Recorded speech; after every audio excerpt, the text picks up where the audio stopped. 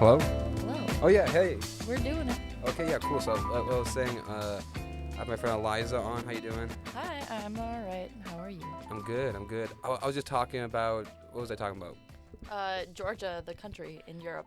Yeah, so I met this, before that, I met this guy named Urian, and he was a really cool guy. Like, he just owned, like, this really, like, dope-ass, kind of like, just like an eco-tourism spot. And it was just, like, a place where people could just hang out and, like, you just kind of like an Airbnb, but in, like, the middle of Poland. Oh, nice. And it was really nice, and like he was a really sweet man, and we started learning more about him, and he was like a really free spirited, like huge, like in the '60s. He was I think the first thing he said to Gail, like so the first thing he picked us up in his weird like little van type thing, Sure. and I had to sit in the back, but the door wasn't working, so the only thing they had to keep the door open was like a weird bungee cord. So I was just like hanging on in the car, Man. making sure I don't fall out the outside the side of the car. Outside of the car while it's moving. Yeah, Yeah. that's cool. That's fine. And I think the first thing he said, he was like, the first thing he said to Gail, he's like, yeah, I'm a gay man, and I'm married to a trans woman. And like in Poland, I remember like first thing we learned about Poland was like recently there's been marches against Oh, that's like bad. gay people and stuff like that. And we bueno. went there and we're like hoping like we were trying not to like like say anything like That's gonna get you lynched or something. yeah, exactly. But the first thing we meet is the gayest man in Poland. We're like, okay, That's fantastic. Although the way that this man is being set up, it kind of reminds me of John Mulaney's skit. Hello, I am new in town, and it gets worse. cool. Kinda. kind of like that is how this man seems to have introduced himself, which is amazing. He was really cool. Like he also kind of like I wouldn't say weird, but it was just like he was just like just very like particular and like not like and it's like interesting, I should say, interesting. And Okay. and like he was telling us about we was asking him about like his youth and stuff like that because he's an older dude and he was like kind of interested in us. And like he was like oddly a little bit sexual, and I think he was hitting on Gail a lot. Well, everyone always hits on Gail. Yeah, So. Yeah, and like that's a theme. That's the theme of the entire trip. Really? Everyone hits on Gail. Incredible. And What a terrible thing for this man's ego. And like we also learned that like in Poland, we asked about the drugs in Poland. It's like Poland, like every drug is treated the same, and it's harsh penalties, jail sentences. And then we're just like, oh, no drugs in Poland. He's like, no, I have some weed around here. I don't know where it is, but when I find it, I'll give it to you. And I was like, say word. Anyways, he's a cool dude, and we're like, we wanted to go to Switzerland because I want to see the mountains, and Gail is down for that too. But he's like, don't go to Switzerland; it's too expensive. Go to Georgia. I'm like, where the fuck is Georgia? What? And that's a big plane ride all the way to the States. Yeah, and he's like, no. It's basically the budget version of like Switzerland, but better. All right, that's a weird way of describing a country, but okay. And me and Gail were like, okay, cool, let's get tickets now. So we bought tickets, and we didn't even do any research. Is that how you did all of your trip to Europe? Yes. Just without any research, just let's buy tickets right now. Let's go. And that's how we ended up in Georgia. The first night we had nowhere to stay. Okay. And we barely got anywhere to stay because we woke someone up, and he was like, yeah, you can stay in my place, and you can pay me tomorrow. What? What, did you knock on his door? Hello, open up. Exactly. Because so we're in the middle of the streets, and we're followed by dogs. What? We're followed by so basically in Georgia, for some reason, like street dogs are kind of seen as everyone's dogs, and they're all very well taken care of. They all have their shots. All of them have little tags on the ears to say they have their shots. So they're all so you don't have to be afraid. And all really friendly. We didn't have any trouble with the dogs. That's so cute. That's like if everyone befriended a pigeon. Exactly. If pigeons crazy. If pigeons followed you around and they're just being chill. But we didn't know this because we did no research. Right. So you're just like, oh, dogs. A bunch of street dogs, and they're nippy at us, kind of just like they want to play, right? Yeah. And the way the dogs do, but to strangers, you're like, ooh. And we were freaking out, and at one point we amassed maybe about 15 dogs, and we were a gang, and also we're in Georgia. There's no Wi-Fi. The gangs. There's Wi-Fi like McDonald's because McDonald's is everywhere. But that's the only place you can find Wi-Fi is McDonald's. So that was our base of operations. So we go to McDonald's, check the Wi-Fi. And then, or I think Gail had a SIM card or something, and we basically just barely got internet. And we found some places to hit up. We go to one place, they're not home. And I'm like, fuck. And we go to another place. And an Airbnb or something? It's kind of like a guest. Yeah, kind of like an Airbnb, but the person lives in there too. Okay. Kind of like a hostel, but like it's a guy's house. Oh, okay. I think it's called a guest room or something like that. It's kind of a cool concept. And so we go to this one guy's. We wake him up, and he's like, hey, hello. And we're like, do you have any room? He's like, yeah, but it's like the expensive room. We're like, can we have it? And he's like, I guess. And then Gail goes out to get money because he saw an ATM. Turns out it's not an ATM. It's just like, so they have like this machine that you fill up everything with. You fill up your SIM card. You fill up your bank, everything, but it's not an ATM. It's just everything but an ATM. That's foolish. Although I like that idea, like your SIM card, your your public transportation everything card. It's all done on the same machine. Okay. Oh, that's nice. And it was really except for the fact that it doesn't have any money. Yeah.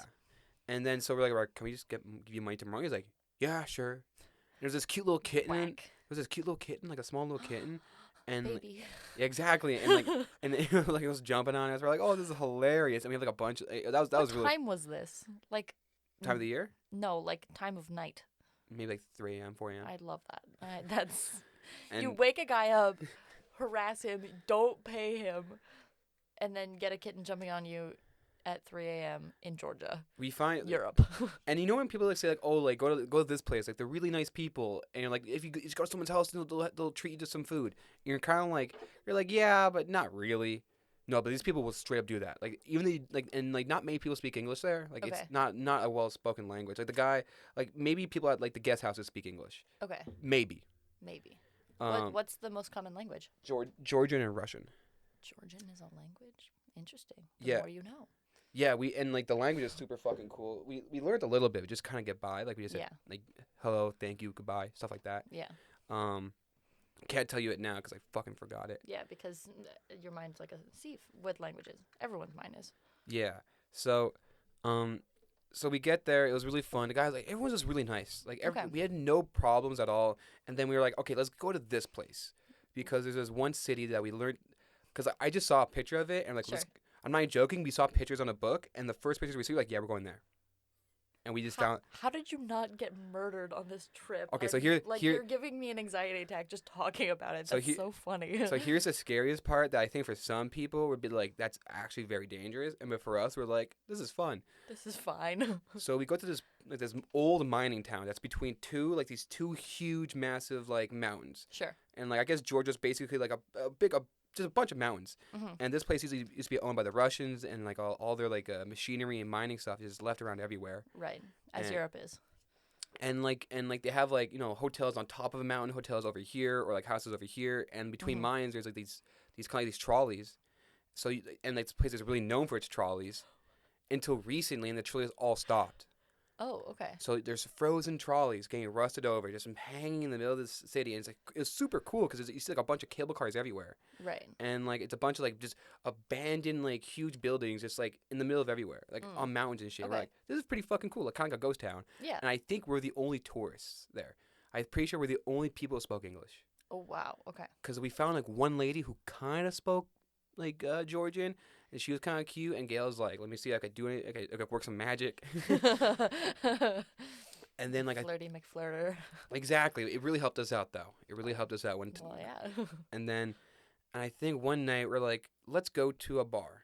Sure. And we go to one place. In a town you don't speak the language. Exactly. Either of the languages. We had Google Translate, though. And we downloaded the language. Nice. And I'm going to tell you right now, Google Translate for Georgian, not great. Well, not great. Shocking. I would never have guessed. I have some of the transcripts. I actually still have them. Oh my god, that's perfect. So we go to this one place and it's completely packed, and we're like, okay, we're not going here because they're playing music. I think it's kind of a wedding reception or something. Oh, nice. Yeah, don't want to crash that. And Gail's he wanted these things called these kind of these huge dumplings, and it's full of meat. And thinking about it now gets me sick because ugh. So there's one place you remember. It's I think there's a bar. So we go to this one place, but it doesn't really look like a bar. It looks like a guy's house. And we open it, and it still looks like a guy's house. And there's people sitting by a table, and we're looking in there, and we're like, who's these white people coming in? And Also, Georgia apparently is in the Caucasus region, and so I was hoping to see Caucasians. No Caucasians. All brown people, which are actually the real Caucasians. So Nice. so we're not. So I was like, okay, we're not Caucasian. No, People everyone's white. exactly. I'm white. They're Caucasian. Nice. So we walk in and like we're Dictionary's wrong. yeah.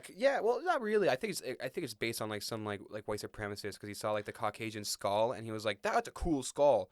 Mine now. Oh, Yeah. we love cultural appropriation. Exactly. Oh, that's cool. That's cool. They appropriate the fucking skull of someone. Like, they're like, that's a good skull. That's our skull. That's that's white people's skull. And you're like, white people's skull because the color of our bones and also our skin. Ha, got him. and also, what's wrong with our skull already? Like, Christ.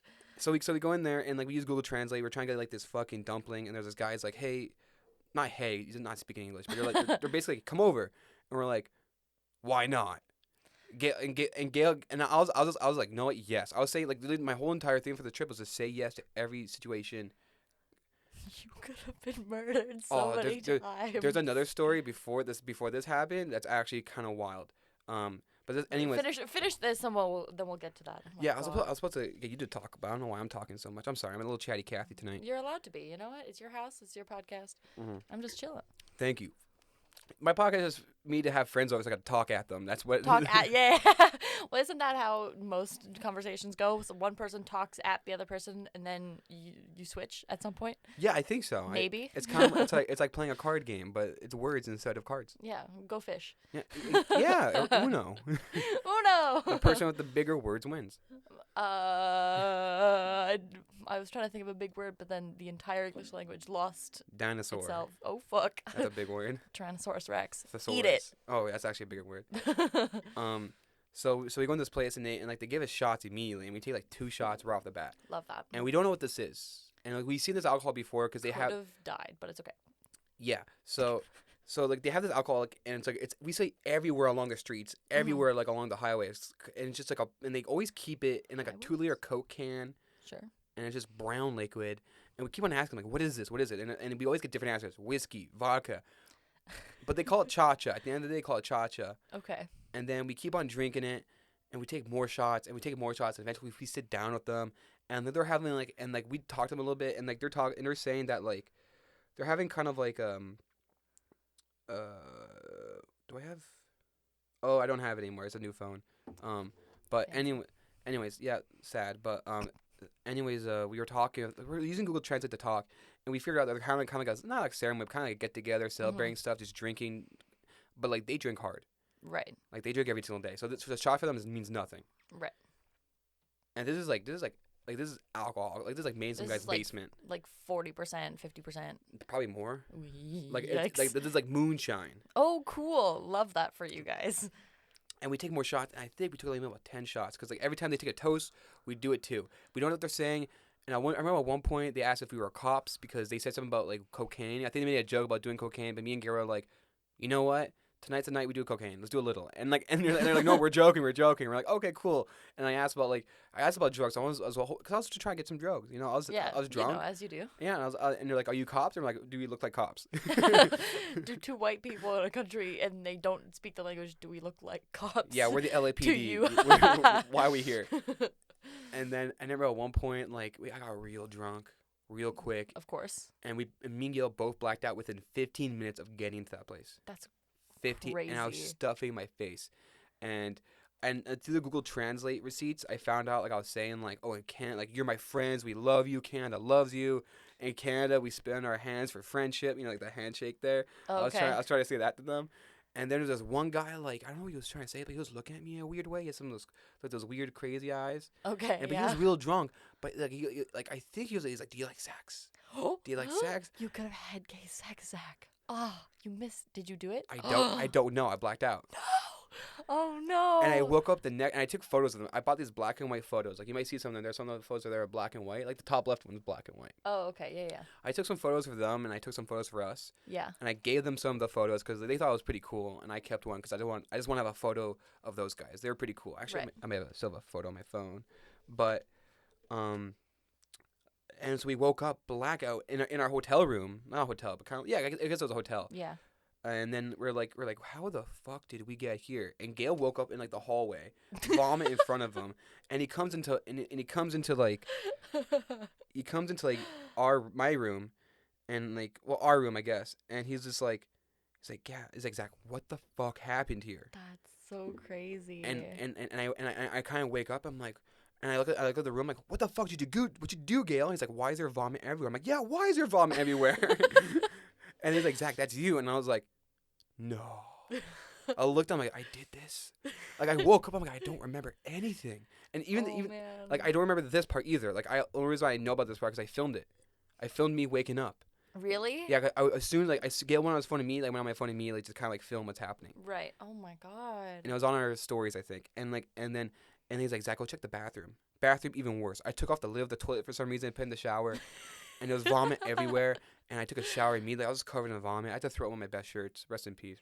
Oh. I had to throw out a sweater. I went sweaterless for the rest of the trip. But like, that's tragic. We woke up and like it was just vomit everywhere. And I was just like, this is disgusting. Wow. Well, I mean, you did shots of moonshine, so. Yeah, and it was like I was like, I've never been this hungover, this sick. And then like we had to hitchhike like that morning. Wow. We hitchhiked, and like another lady, I think she's like the one lady who owned the place. We're the only guests there, and like she checked up on, like I think she checked up on us and she saw what happened. And like when we walked out, she was like she was pissed. We gave her a good tip though. That's good. That's you fucking better have, because holy shit. And Gail, and every time Gail tells a story to his family, he's like so I had a little bit, I have a little spit up on the floor. It's like I get a little napkin to clean up. I'm like, no, motherfucker took sheets off the fucking bed to clean his red pile of vomit. And like, and I'm like, poor, well, I mean, the things that you tell your family, right? Yeah, I'm like, fuck, throw him in the bus. Yeah. Oh no. And then we hitchhiked, and we found like, because we heard like it's really easy to hitchhike in Georgia. Yeah. So we hitchhiked, found this guy, like it's basically a taxi, and it was like, we'll drive you where you want to go. And like, so we knew, we met this guy on a bus. He was like, come to my parents' house, and you could just hang out for a night. And I was like deadly sick. Wow. Because I was just so hungover. Yeah. And he just took us. He took us in the middle of nowhere. Couldn't find him. And we met some more guys. And they're kind of like wondering, oh, you guys lost, kind of. I think that's what they're saying. But I remember one guy's like, cha cha cha cha, drink. We're like, no, absolutely we're not drinking. We're not believing any Georgian men anymore. And then we finally get to our friend's house, and then I just pass out in their guest room for like 2 days. Damn, that's an intense way to black out for the first time, my dude. That's insane. It's fucking wild. That is so freaking wild. Holy moly.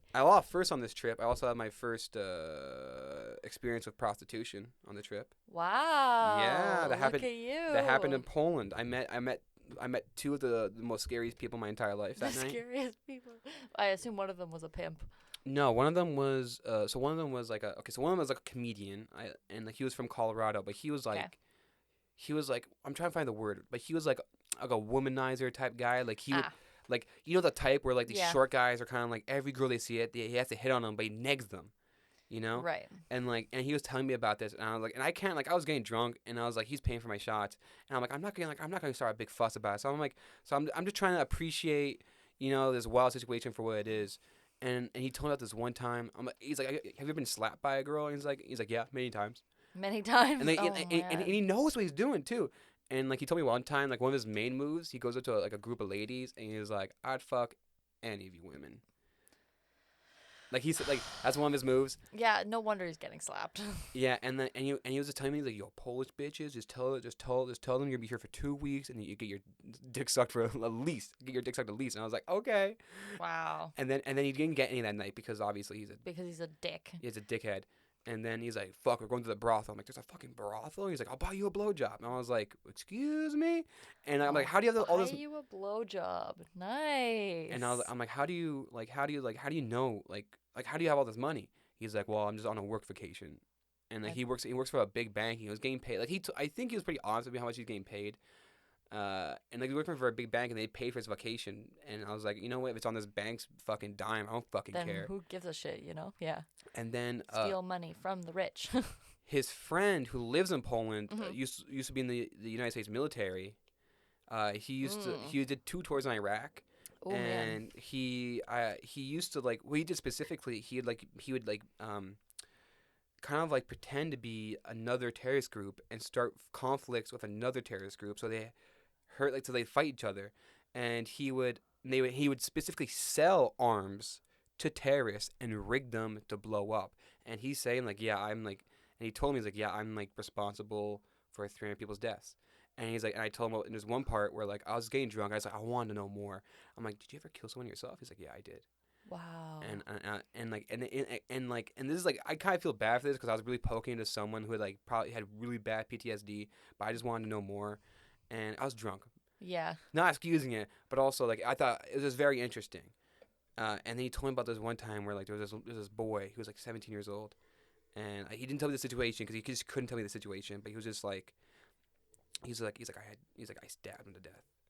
He killed some of his bare hands, a boy, and he's like it keeps you up at night. Well, yeah. Oh my God. And then he told me about this, like, he kind of liked it, though.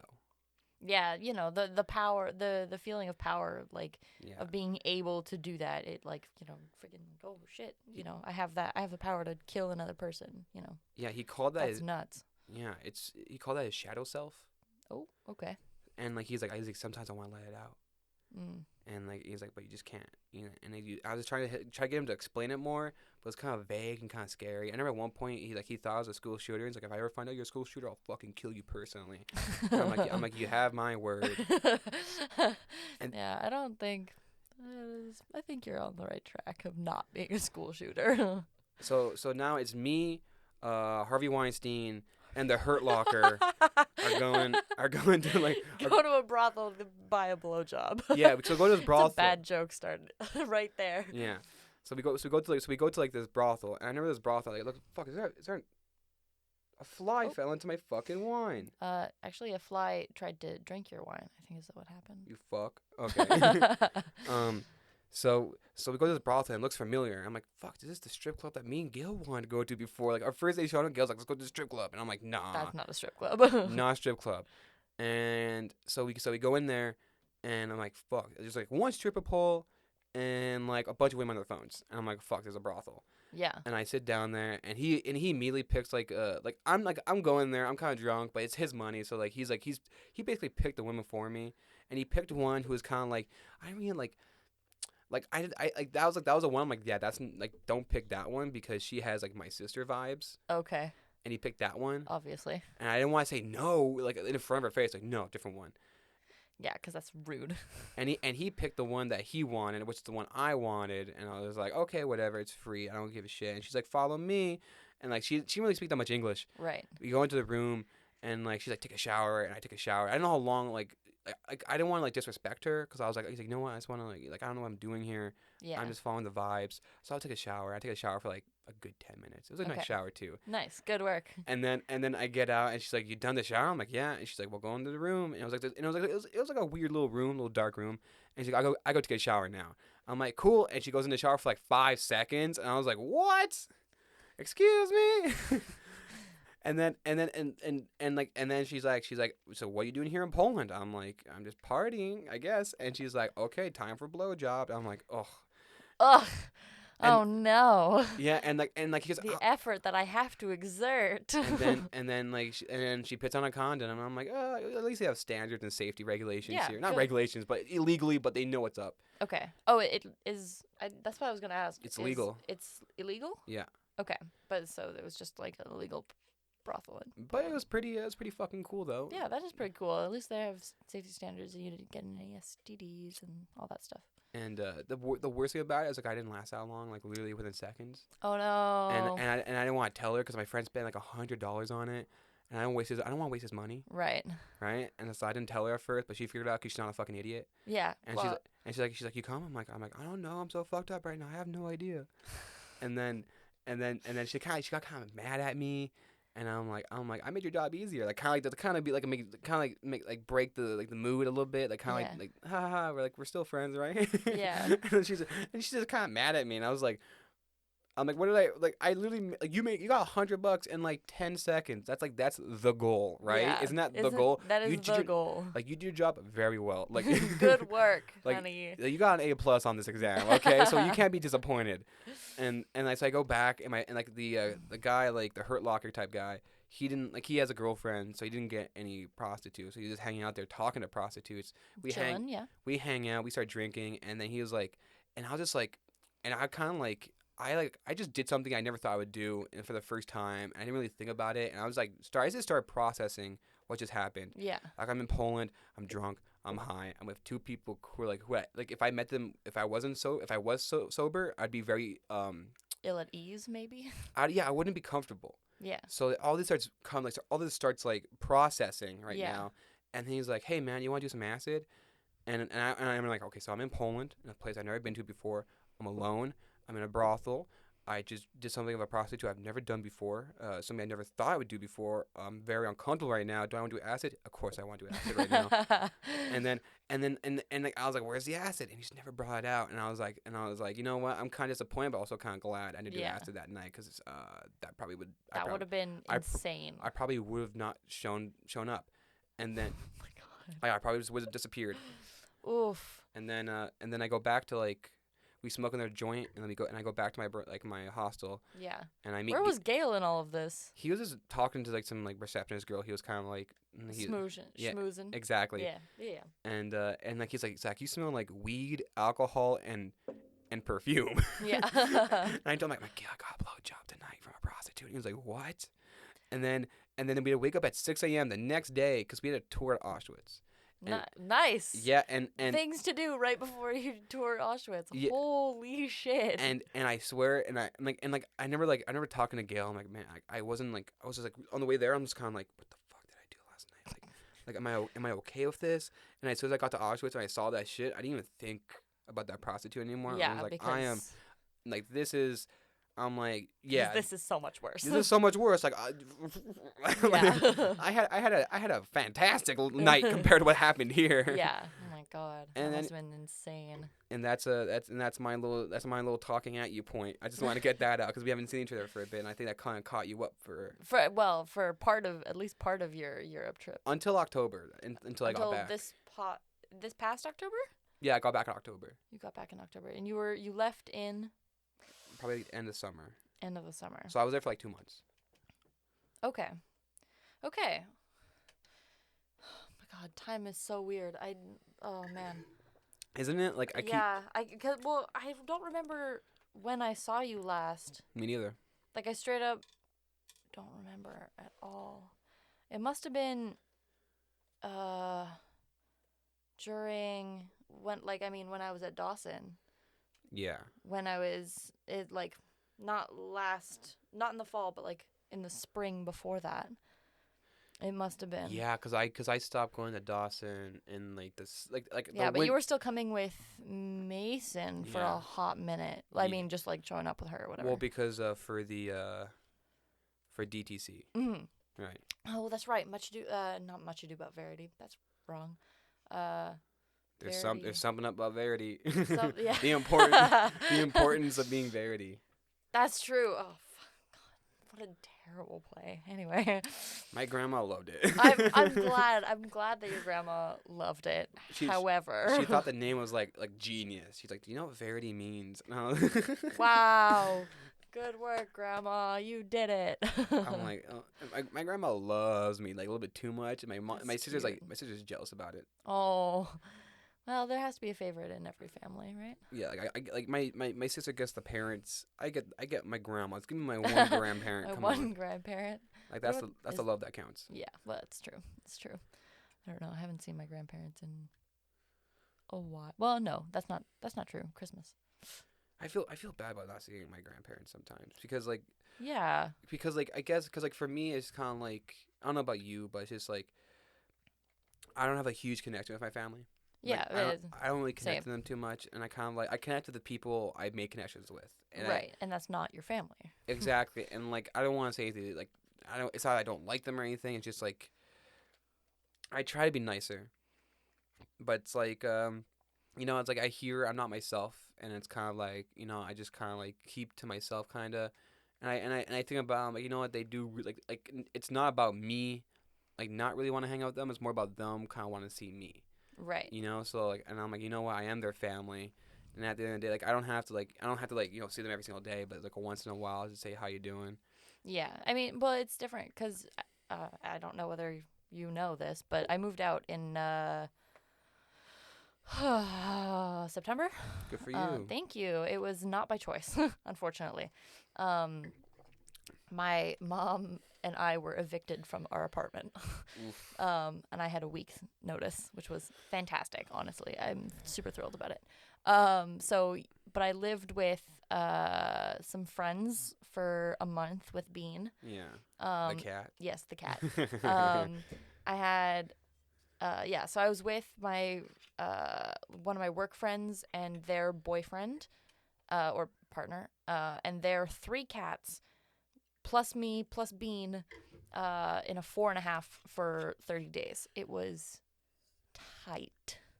But then I moved into my own place. Well, my own place. I have some roommates. You got some Colocs. I got some Colocs, and they're pretty cool. But I'm glad. Yeah, that's good. You like them. Yeah. I got very, very lucky with how like outrageously cool my roommates are. Well, I think that's kind of like the situation kind of repaying itself. You know, you get kicked out. Yeah, like and then and then you get repaid with actually chill people. Yeah, I get some pretty chilled people. But the point of that was that like I don't see my mom very much, right? And I'm not friends with my mom because my mom is, I don't know whether you remember this, but like into pyramid schemes. TM. Yeah. And then my brother is a little bit triangle schemes. is into homophobia and a little bit racism. And yeah, no, I'm not kidding. I'm really not kidding. Homophobia and a little bit of racism. A little bit of racism, like full blown homophobia though. Like, no, but it's more like a little bit of homophobia with like tinged in a little bit of sexism. Is it kind of like ignorance type thing? No, because I've explained it to him multiple times. He doesn't have that excuse anymore. I would think so. Yeah. Wow.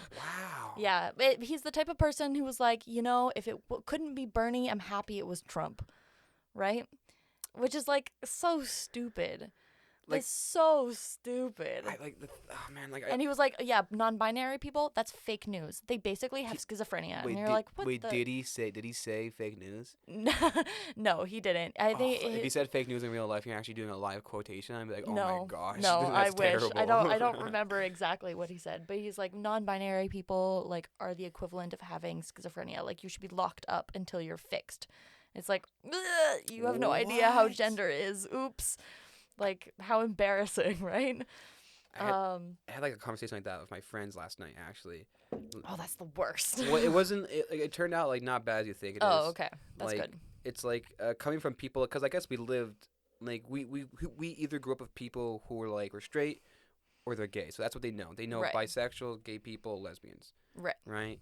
So anything that's in between or anything that's different from that, like trans people or non-binary people, it's kind of like they don't really understand that. Like they get the first step, they don't know what's beyond that. Right. And I think it's just because like we don't have any trans friends. We don't know. I mean that's a little bit of ignorance, which is fixable, thankfully. I think they know that though. They think because like we talked about it and like they're trying to like comprehend how someone can feel like be born a gender but feel a different way. They knew they didn't comprehend that. Yeah. And we were just talking about like they said like well we like we have these opinions, but also at the end of the day, we have no idea how these people feel. Yeah. And they didn't really get non-binary people because like how can you feel like neither? Right. Yeah. I guess if you can't understand trans, then non-binary is like a little bit further than the scope allows. But no, my brother has no excuse because I've explained it to him, and I believe he kind of says this stuff to like purposely like piss me off. Is it? Yeah. Well, okay. Here's a little scope of my brother. He was fine up until he went to high school, and then he went to Loyola, then Selwyn, then a rich white boarding school in Toronto, and then the middle of nowhere, Winnipeg. Oh, so he just saw white people. So he has only seen like, white people from the age of like 12. So I'm like, you know what? What did I expect? Nothing wrong about white people, but a lot of white people are frat boys. A lot of white people in the middle of Winnipeg and from really rich families are assholes. Like unless they were like raised I don't want to say right, but like with a more open mind and with other people in mind. Which is like not always the case, which is actually like sometimes rarely the case. Yeah, it's especially somewhere like Loyola and Selwyn House. Like, God, especially in all boys. I don't just get all one gender schools. Yeah, because it makes them absolutely useless in terms of not interrogating, but interacting with it's an echo the chamber. other gender. It's so weird. Like that's the thing. Like I kind of like. And what I don't really understand besides tradition, like if it's a tradition to keep the school, I think Loyola now is it Loyola or no? There's a different one. Villa Maria. Villa Maria now accepts boys. Yeah, until like 3 years ago, right, or 3-4 years ago, which is kind of cool, but it's also kind of like I think the best part about growing up in like a public school is kind of like you meet everyone.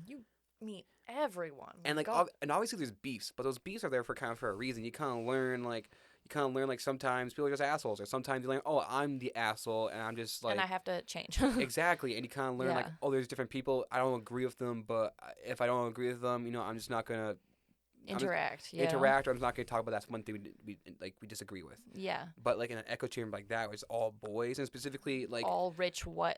I mean, maybe not white, but at least all rich boys. Yeah, mostly rich. I would say like some kids would go there and they're not like particularly rich, but I mean, my brother, the only reason he was able to go is on scholarship. It was like full scholarship. Yeah. All 4 years. Oh, okay. Like as long as he maintained a certain like grade average, and continued doing hockey, then he had a full scholarship at Loyola, which is insane. But yeah, I went to I went to sort of public school. Most people don't consider Royal West to be a public school, but for all intents and purposes it was. But we had a different type of elitism, and that was intelligence elitism. But no, I mean, that kind of public school, I was just shown everyone, Like there were rich kids who came from the West Island who had everything, but their parents wanted them to get, to have a good education, because Royal West is a little bit known for that. And then you have smart kids from the middle of nowhere, or St. Henry or the projects or whatever. And everyone was there, and it didn't really matter. We all kind of learned to exist cohesively. But the elitism that we did have was, we're all smarter than everyone else. Haha. Which is not a very good attitude to have. And then you get these ranks within the school. And anyway, it's a whole thing. But I at least escaped the blatant racism and sexism and garbage that my brother inherited. What was I going on about before? Oh, right. Yeah. Because we were talking about family. So yeah, I'm not super close with my family. Yeah. I used to, when I was living with my mom, I was closer with her. But I don't have anything to talk to her about anymore. What's close? As in do you talk about your what happened to your day? Do you talk about your feelings? No. I you think I talk about my feelings with my family? Ha! Hilarious. But what kind of information do you share? Hey, I went to my friend's house, or do you say, oh, I went to Bethany's house, I went to Chad's house? I more oh, I went to a friend's house, or I'll talk about, oh, there's a specific friend that you've met. And would you say oh, I went drinking, I got drunk, or I smoked, or I did this? No. None of that? Well, more later, in the recent years, I've been more open about that kind of thing with my mom. Yeah. But not really, because she's very judgmental. I don't know why, but it is what it is. But she'll if I say, oh, well, drinking is different. Drinking, I'll tell her oh, I went out last night and we did this and I got home really late, and she'll be like, are you okay? And I'm like, yeah. Or she'll laugh at me a little bit if I wake up super hungover. Okay. In the way that moms are.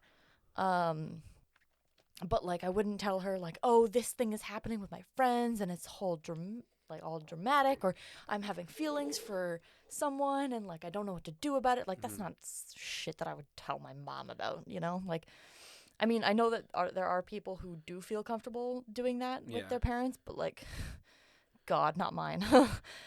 Even with my dad, my dad I'm much closer with, even now when I don't live with him. We still see each other pretty often.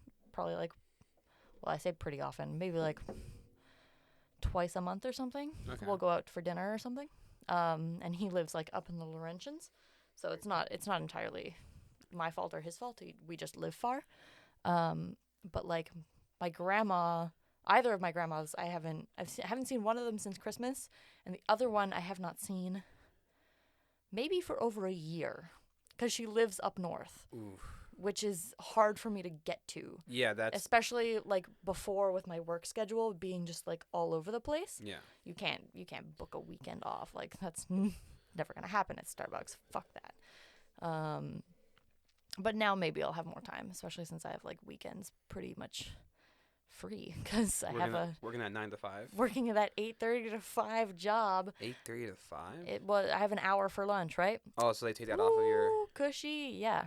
Oof. Basically. I worked a job like that where like they didn't consider our lunch like part of it, so we had to work an extra 30 minutes at the end of the day. Yeah, basically. Which was like, oh fuck that. Yeah, I mean, it's a 7.5-hour shift, and so from 8:30 to 5, or from 9 to 5:30, or from 8 to 4:30, like. It's so weird. Having an office job is so weird. Yeah, I had one too, and I like while I was like I think like before I went to like I think last year, so around this time last year I had an office job for about maybe 6 months. Yeah. And it was terrible. I mean I've been there for like 4 days. I'm not tired of it yet. What do you do specifically? I basically do I want to say data entry, but that's not it. I'm basically cross-checking. I work at a financial firm. Yeah. Oh, God. Yeah, right? I work with, like, accountants and people who know how to do taxes and stuff like that. Number people. Yeah, number people. And so basically what I'm doing is I'm taking investment forms that have already been put in the system and then cross-checking them with the original document. Okay. So it's not... It's repetitive right now, but I know that, like, as it goes on, I'm probably going to be given the task of, like, just taking the original document and putting everything into the system. Okay. Eventually, but, you know, I've been there 4 days. Yeah, so there's, like, whatever, you're doing this work. So I'm learning for now, but, like, the weirdest thing about having an office job after working for 2.5 years at Starbucks is, like, I don't punch in. I don't punch out. Nobody is watching me all the time. I am sitting down for 90% of my day, and, like, nobody fucking cares. If I come back from my lunch and at, like, 2 minutes late, 10 minutes late, literally, no one gives a shit. Yeah, they're like, whatever. They're like, whatever, I don't care. Do the work, you know? There are some times where I don't have any work to do. It's not like that kind of service industry job where there's always something to do, and if you're not doing anything, you're doing something wrong, you know? Yeah. Like, I had, like, I don't know, 2 hours today where I didn't have any reports to do because my supervisor, like, was just checking them, where I was just literally sitting, playing on my phone. Sick. Absolutely fucking wild. I got paid to do that. What the fuck? I'm also getting paid more than I was as a supervisor at Starbucks. I know, that's sick. Like, it is absolutely crazy. I'm getting paid the most I've ever had in my entire life. What are you doing now? I'm a busboy. You're a busboy? Yeah, and here's the thing, like, wait, where? I actually work at like the closest restaurant. Oh, here. nice. Yeah. Nice. I'm getting paid the most I've ever been paid in my entire life. I'm working the least hours I've ever worked in my entire life. So, okay. Like, I work like 2-3 days a week. Okay. 3 hours. What? Like I work 3 hours today. I work 3 hours tomorrow, maybe 4, and then on Saturday night I work like the night, and the night could be a little bit different depending on the night. Like, like either of them for like minimum also 3 hours, but sometimes if they need me, I'll stay until 1 a.m.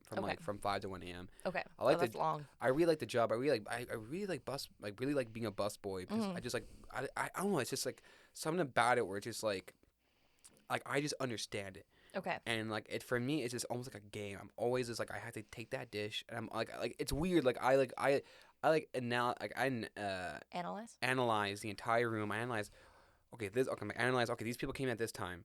I know exactly what they're eating, how far they're done their meal, and I know like okay, I walk here because I know they're gonna be done around this time. And I take their dish, and like I want that fucking dish, and I need that fucking dish. Like, give me your fucking dish, because like my entire It's like job. a video game almost. Exactly, like a real life. Holy shit. like my entire job is like I don't. It's not very specific because it's just like Busboy. yeah, I just like clean the table and I take dishes and I do other things that even though waitresses also do. Yeah. Right, and I just kind of see myself as I help out the waitresses to sell food. Right. Because as soon as the table's ready to go, it's out of their way. They don't have to work more, and they're happier. So I just see like if I see like a waitress walking back with a dish in her hand, which is like for them they don't even mind it, but for me I'm like I fucked up. Yeah. Like I let them take a dish that was my fucking dish, and like I'm always I never stop to talk to anyone. Maybe sometimes like I did that once today. Yeah. It was like a 10 minute like a 10-second conversation about like just something stupid. Yeah. And like it was a genuine question, and I just can't talk to anyone because I don't really relate to anyone too much. Right. And like it's like and like within like the first day, people are like, you're a good busboy. Nice. And I don't want to gloat or anything, but like I think like the people are telling me, people like the fucking customers are like, you're the best busboy here. The customers like Damn. you work really hard. I'm like, thank you. This is the first time anyone's ever told me I worked hard. And I'm like, I know I kind of like this, even though I'm not getting paid a lot. I kind of like it's really convenient, and I think like I have a good like reputation right now for being there for almost 2 months. It's only been like 2 months so far. Damn. And people are saying you're the best busboy. That's really cool. Nice. And I'm also the oldest, so it's not that bad. Like considering I'm like 21.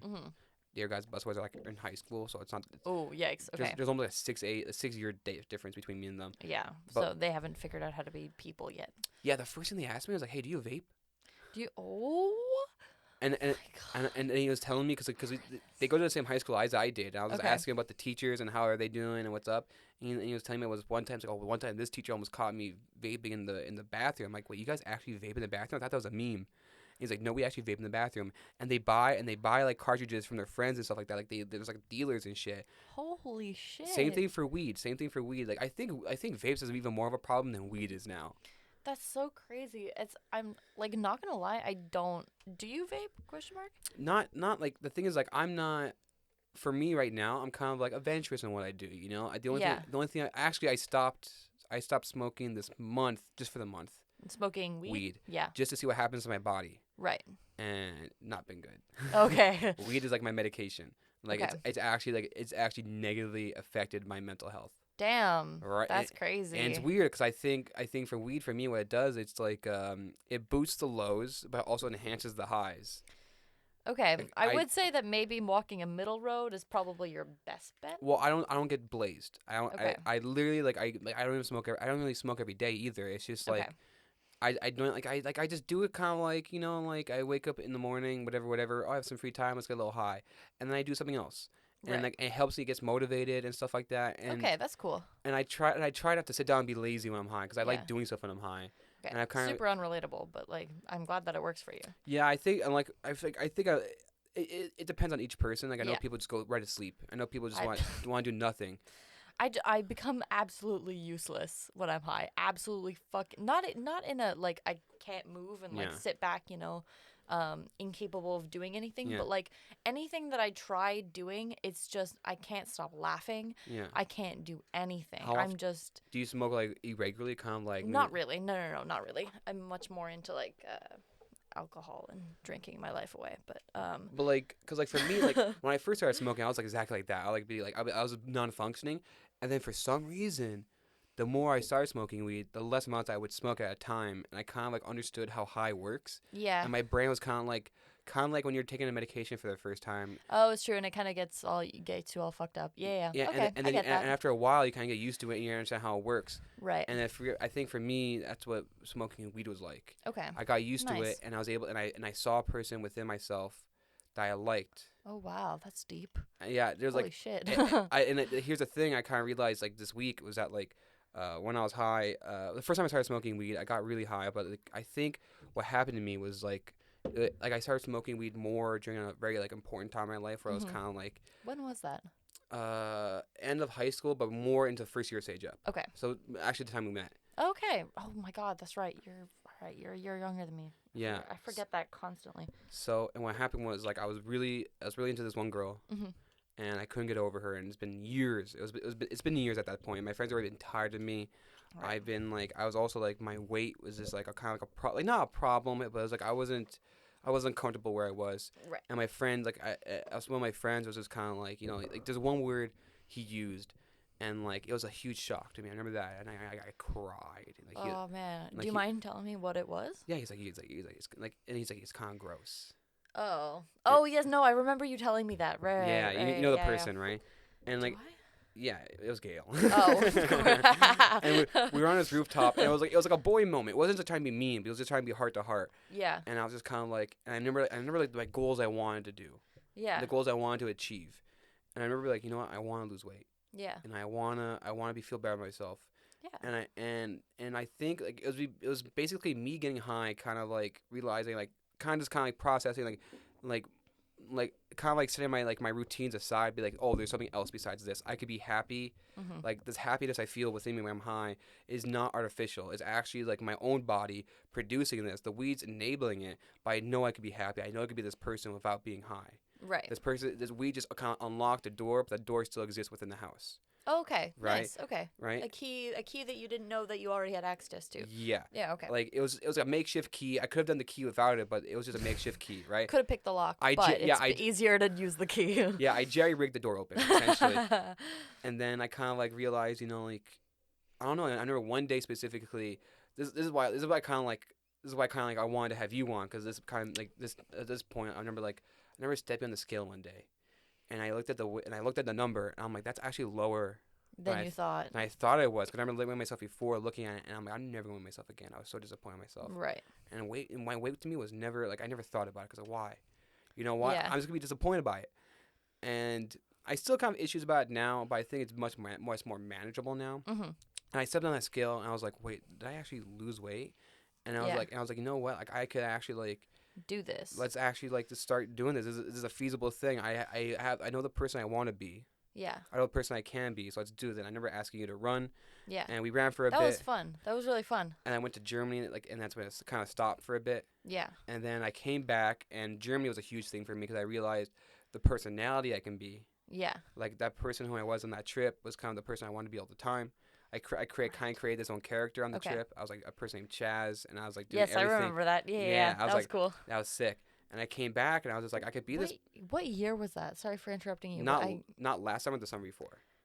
So 2018. Yeah, 2018. Yeah. Okay. Oh, that's right. Right.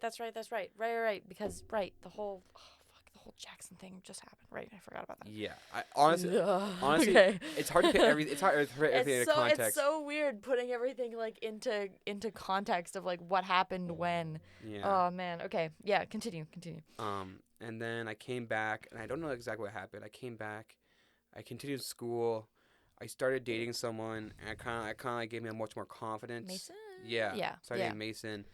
And how long were you in Germany? You were in Germany for 2 months. Well, no, I was like more like a month. A month? A month. Oh, that's right, because then you went on to Anne's cottage. Yeah. Okay, I went to Amsterdam. Then I went to Anne's cottage. Right. And then I started dating Mason for a bit, and I started doing comedy. Yes. I did comedy a little bit beforehand, and I won a competition one of my first times, and I was like, this is really cool. And also, just a little side note. Yeah. I mentioned comedy just in general, like, hey, I went to go see comedy a bunch of times, way back when. And my roommate was like, oh my God, I used to go to the Comedy Nest all the time, and it was so fun. And I was like, oh, that's where I used to go as well. I have a bunch of friends who were there. Yeah. And she recognized you by name. Hell yeah. Yeah. So I got fans. Yeah, straight up you have fans. She was like, that guy was hilarious. I loved it when he was on. Hell yeah. So yeah, that's Zack my roommate Audrey. She was super excited. She was like, "What? He's your friend?" And I'm like, "Yeah, dude." Celebrity shit. Straight up. So yeah, and like yeah, you were. Have you stopped doing comedy? I saw that. No. I was just fucking around with people. Okay, you were just fucking around. Okay. No. I got a little bit worried there for a second. I was like, oh, fuck no, Zach's really good at comedy. Don't do that. No. I started doing more than before. Like I'm really diving in. Wow, good job. Yeah. Anyways, and then I started like as soon as I came back, before I even went there, I started intermittent fasting. Yes, I remember that. And then I came back and I started intermittent fasting and continue it. And then so I weighed myself, and I saw the number was 230, Mm-hmm. and my lowest weight right before I kind of stopped going to the gym. I started going to the gym like maybe 3 times a week with my friend Phil. Yeah. I stopped that recently. Phil, who is different one. Unrelated. Everyone gets those two mixed up. Okay. Unrelated. He's kind of a gym rat. Okay. Yeah, that Phil is not a gym rat. I don't Actually, think. he is a gym rat. Really? Yeah, he's really into climbing. The more I know, clearly I don't know him very well. So I started going to the gym and I intermittent fasting, and I weighed myself at 230, and my lowest weight. I'm not that weight anymore. I kind of gained because of holidays, and I kind of stopped going to the gym. But I'm trying to get back on the routine now. Yeah. Like baby steps, because Straight up. like I had like huge momentum, then I had a huge halt, so I'm not trying to gain the momentum. Yeah. But I was 230, and my lowest weight I weighed myself is 183. Hey, good work. Yeah. Nice. And I was like, I remember stepping on that scale, and I was like, wow. I was, and I remember, and like for myself, I never saw the difference. Right. It's so hard to see the difference, especially since you look at yourself every single day. Yeah. Like, it's so hard. That's why, like, the biggest thing that I would say to everyone is, like, take pictures of yourself throughout the whole thing. Even when you're like, there's nothing to take a picture of, like, take pictures, you know? Like I used to look like this. Yeah. Yeah. Right? And that's so different. Yeah. That's so different. First of all, you can grow facial hair now. Good job. I was watching like a bunch of videos I had from like a few years ago. Yeah. And I remember looking at it, and I'm like, and like not to like I was just kind of like, I'm like, I really don't want to be that person anymore. Like I knew I was going through. Good job though. You've come a long way. And it's really cool. Like I respect that person who I was, because I was going through a bunch of stuff. I understand why I was like that. I respect the hell of that person. Yeah.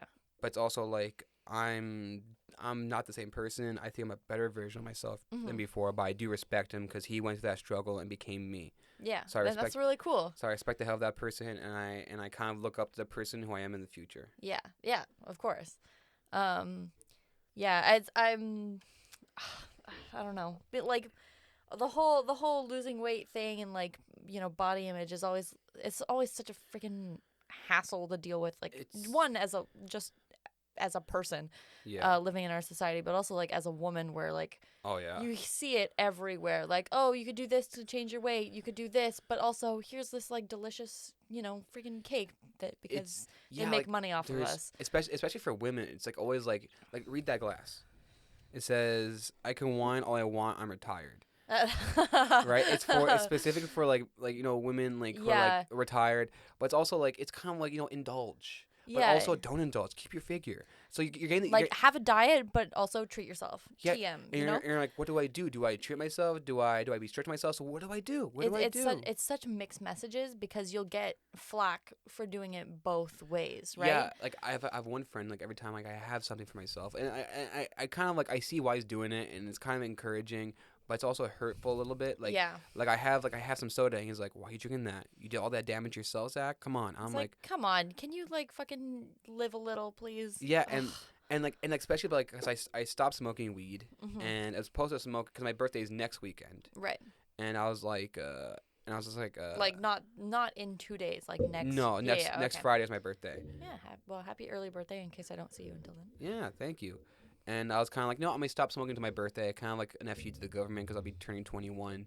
Yeah. Right. And they changed the age to 21. But I also Wait, they did? Oh, my God. I didn't even notice. It doesn't affect you anyways. And but also kind of like to see what happens. Because every year I take a month off just to see like what's up. You know? What's up? Just to see like what your mind is like sober. Yeah. If my sober self is different from my high self. And if I do want to stay sober, I'll stay sober. If I want to continue smoking, I'll continue smoking. Yeah. Right. It's a good way to like kind of check in with yourself. Exactly. I do it for that, and also kind of like also a little treat for myself because I do want to continue smoking. My tolerance is down to 0, so the first time I get high, it's like the first time I got. It's gonna be like fucking great. Yeah. So it's a little treat for myself, and so I was gonna do it for my birthday, and then I realized, I kind of like I do want to get high, and so I'm gonna move it back a week, and it's still gonna be a full month. But I'm just going to move it back a week because, one, I don't want to get too high on my birthday. Yeah. And I kind of want to treat myself because I think a month is long enough. Yeah. And I met my requirements. And my friend is kind of like, he's like, oh, you moved it back a week? He's like, why don't you just not smoke now? You already moved it back. You already quit. I'm like, what the fuck you talking about? This is my own decision. It has nothing to do about you. You have no idea why I am doing this. This is all for myself. And it's not like a supportive way of doing that, you know? Yeah. Like that's if it was like, oh, you moved it back week, cool, like good for you. You know, however, you know, supportive people talk. I'm not quite sure. But like. It wasn't. But the way that it sounds is so judgmental. It's and kind of like antagonistic. You know? Do you know fat shaming? Yeah. Do you remember when that was big? Come on. Yeah, but like specifically, there was like I'm talking about this one point. There was like there was a subreddit. Mm-hmm. You're familiar with Reddit, obviously. Of course. There was one subreddit called fat shaming, and people just God. post pictures either of themselves who are overweight or of other people who are involuntary to send the pictures, and they would just like talk shit and make fun of them. But like some people, to their credit, some people said I lost all this weight because of this. All this, and I understand. They needed that. They needed, because like I guess at one point in their life they always need that one person to, because like for me it was Gail, right, who kept me in check. And even though it was hard to understand and hard to swallow, he gave me the reality. And even though it was maybe not the complete reality, I kind of understood where he was coming from. And it kind of put me, and like obviously it's. But there are better ways to be able to start that kind of thing, and obviously. there's healthier. Yeah, there's healthier ways because I guarantee you some people saw that and they just hate themselves even more, and they dug themselves in that hole even more. Like obviously, like people like and talking about weight now, it's kind of hard because there's some people who are proud of it, there's some people who don't want to be it, but there's some people I'm okay with it, and and obviously you want to like, because like. There's a huge debate about like, not a huge debate, it's like everyone's talking about like what people should do with their bodies. Yeah. Right. Which is none of their fucking business. It's, first of all. Obviously, yeah, it's very much true, and I feel like honestly, I think like if you see like I don't want like. It depends what your boundaries are. If you see someone who's like unhealthy and you see themselves kind of like this is unhealthy. Yeah. Right. There's obviously some people who are overweight, but that's just kind of like how they're designed. Yeah, and that's fine. It's fine to be what society deems as overweight, which is bullshit language. But anyway. But if you see some people who kind of like this, people treat food almost like they're trying to kill themselves. Yeah. There's people like that who are kind of like eating themselves because they don't care. Yeah. And I think as soon as as you don't opposed to care, people who are doing it because they love themselves or they've been through a thing or two. It's I guess it's minutia, and also like I don't know the answer. But I think the answer is kind of like, you know what, maybe know your boundaries. You know? You know your own body. You know when you're doing something good and when you're doing something bad for your own body, you know? Like, just to touch on what you were talking about earlier, like, I have been through, when I was running with you, I was actually just, like, coming out of, like, a huge thing with an eating disorder. And it was, like, a whole thing. Where my lowest weight was like 138, and which doesn't seem super low. But you're very tall though. But I'm really tall. Yeah. And I was eating like 500 calories a day for months. Mm-hmm. Like, and it was super unhealthy. But then on the flip side, I was like binging because that's not sustainable at all. Yeah, it's like there's a lot of people who are like they're either not doing anything, they're not eating at all. Or they're fucking like shoving food in their face because they can't control themselves. Which is probably like, I'm not a nutritionist, but that's probably really bad for yourself. Super bad. Like, it's fucked me up to this day. I think, yeah, having a consistent like kind of like regimen of how you eat, like having make sure you always eat, not always, but kind of like in the same realm. You eat the same time of the day, or you eat kind of like the same foods or some of the same thing. Having a routine or at least some kind of consistency. Your body kind of like fill into. Exactly. And understands what's happening, and it's not a total shock to the system. Exactly. There were days where I didn't eat for fucking 48, 50 hours. Wow. Because I was like, I'm not allowed. I'm not allowed to do that, Wow. And then after that, I would eat like a croissant and then go another 12 hours and then, have an entire poutine and a lasagna and a whole box of pasta and like a whole thing of cookies. And like it would hurt me, and then because you're eating this and you're kind of like, and I'm like, I hate this. I hate this. I hate that I'm doing this to myself, but I can't stop because I'm so fucking hungry. And you're kind of like, I deserve this. Yeah, exactly. Like, I had one bite of this. I might as well just fucking, I cracked my phone. I might as well just flush it down the toilet and stomp it with a brick, you know? That's been always my problem. Yeah. It's like, I've always had these breaks where, like, especially, like, in person, like, it breaks and kind of, like, I guess it's my whole entire problem. It's like, I guess for me, like, I don't want to admit it, but I come to, like, because I've been sober, like, this entire month, I kind of realize that, like, I've always said that I've lived a very, like, cushy life. Yeah. And I've never seen any, like, trauma or anything like that. Compared to some people I know, they've seen some major trauma. And it's kind of like, and I'm like, oh, I'm not dumb, so I don't need therapy. Right. And then TM, everyone needs therapy. Exactly. Like, yeah. But it's also, I think it's like kind of like, I think everyone's problems is relative to what to exactly. them. There's an image that circulates on Pinterest and Tumblr from time to time. Yeah. That's always kind of really stuck with me, as cheesy as it is.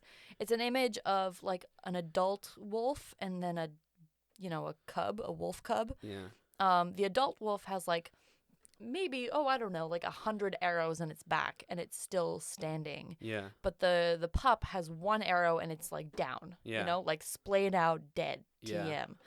Yeah. And the image, it conveys really well like what hurts what one person can withstand is different from what other people can withstand, and neither is wrong. Exactly. Like there isn't a universal standard for suffering. That's so arrogant of us to assume, you know, just because there are children starving in Africa and like people died in Auschwitz doesn't mean that I'm not allowed to suffer because I had a bad day at work, you know, because I don't know, because I didn't get a good mark at school. Like we're all shaped by our experiences, and if we haven't had that kind of horror and trauma in our life, of course we're going to be more affected by smaller things, which doesn't mean that being affected by it is wrong.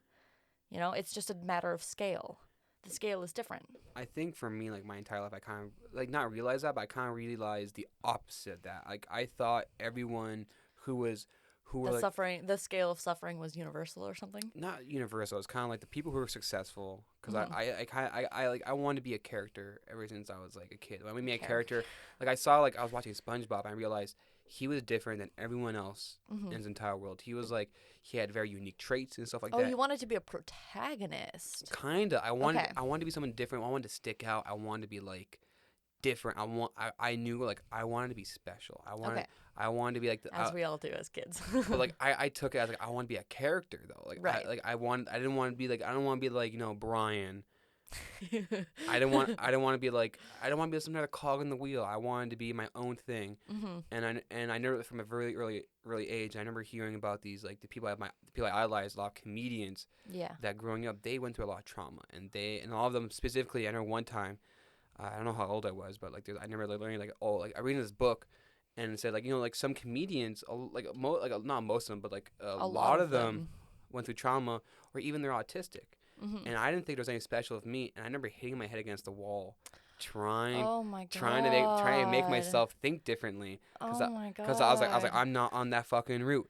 And I remember my mom telling me, there's one thing my mom always told me when I was a kid. Yeah. Was this kind of like, don't cry, don't cry for yourself. Why are you sad for yourself? Yeah. And like I never there's a lot of things I never understood my parents were saying to me. And I never let them just kind of yelling at me. I'm like, why are you mad? Why are you yelling at me? I never understood that, and I kind of had to take it. And I guess that's kind of like what happened. It's I never understood why people were mad at me, and I kind of chalked it up to be like I never went through anything, right? Right. So I put all the things I guess I did went through. I kind of put that into like a small box. That's worth nothing. That's nothing compared to anything else. So that it's like discounted, die in the corner type thing. I'm waiting for my real trauma, you know? Like that's bullshit. I'm not even joking. That's like I had those thoughts recently. I'm like there's something that's coming up recently, and there's something that's coming up soon, and that's gonna define me. Yeah, but like. And I realize, you know, like that's like if ain't super unhealthy. Yeah, exactly. It is.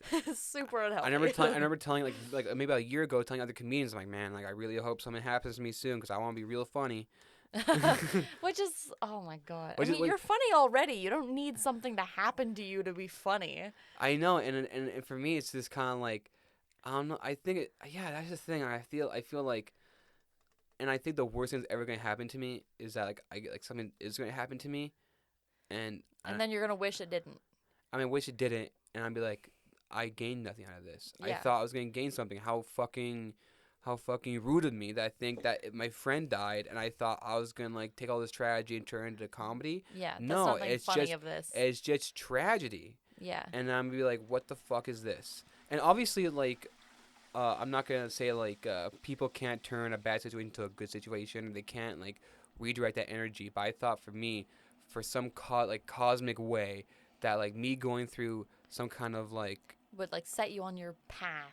yeah, You know? and define me. But I realized no, like the only thing that sets my path is myself, and Yeah.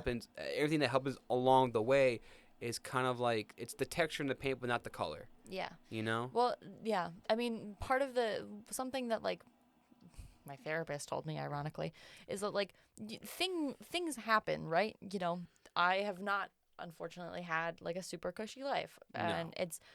it's hard to not let those things define you. I will Yeah. say that it's hard to let go of that.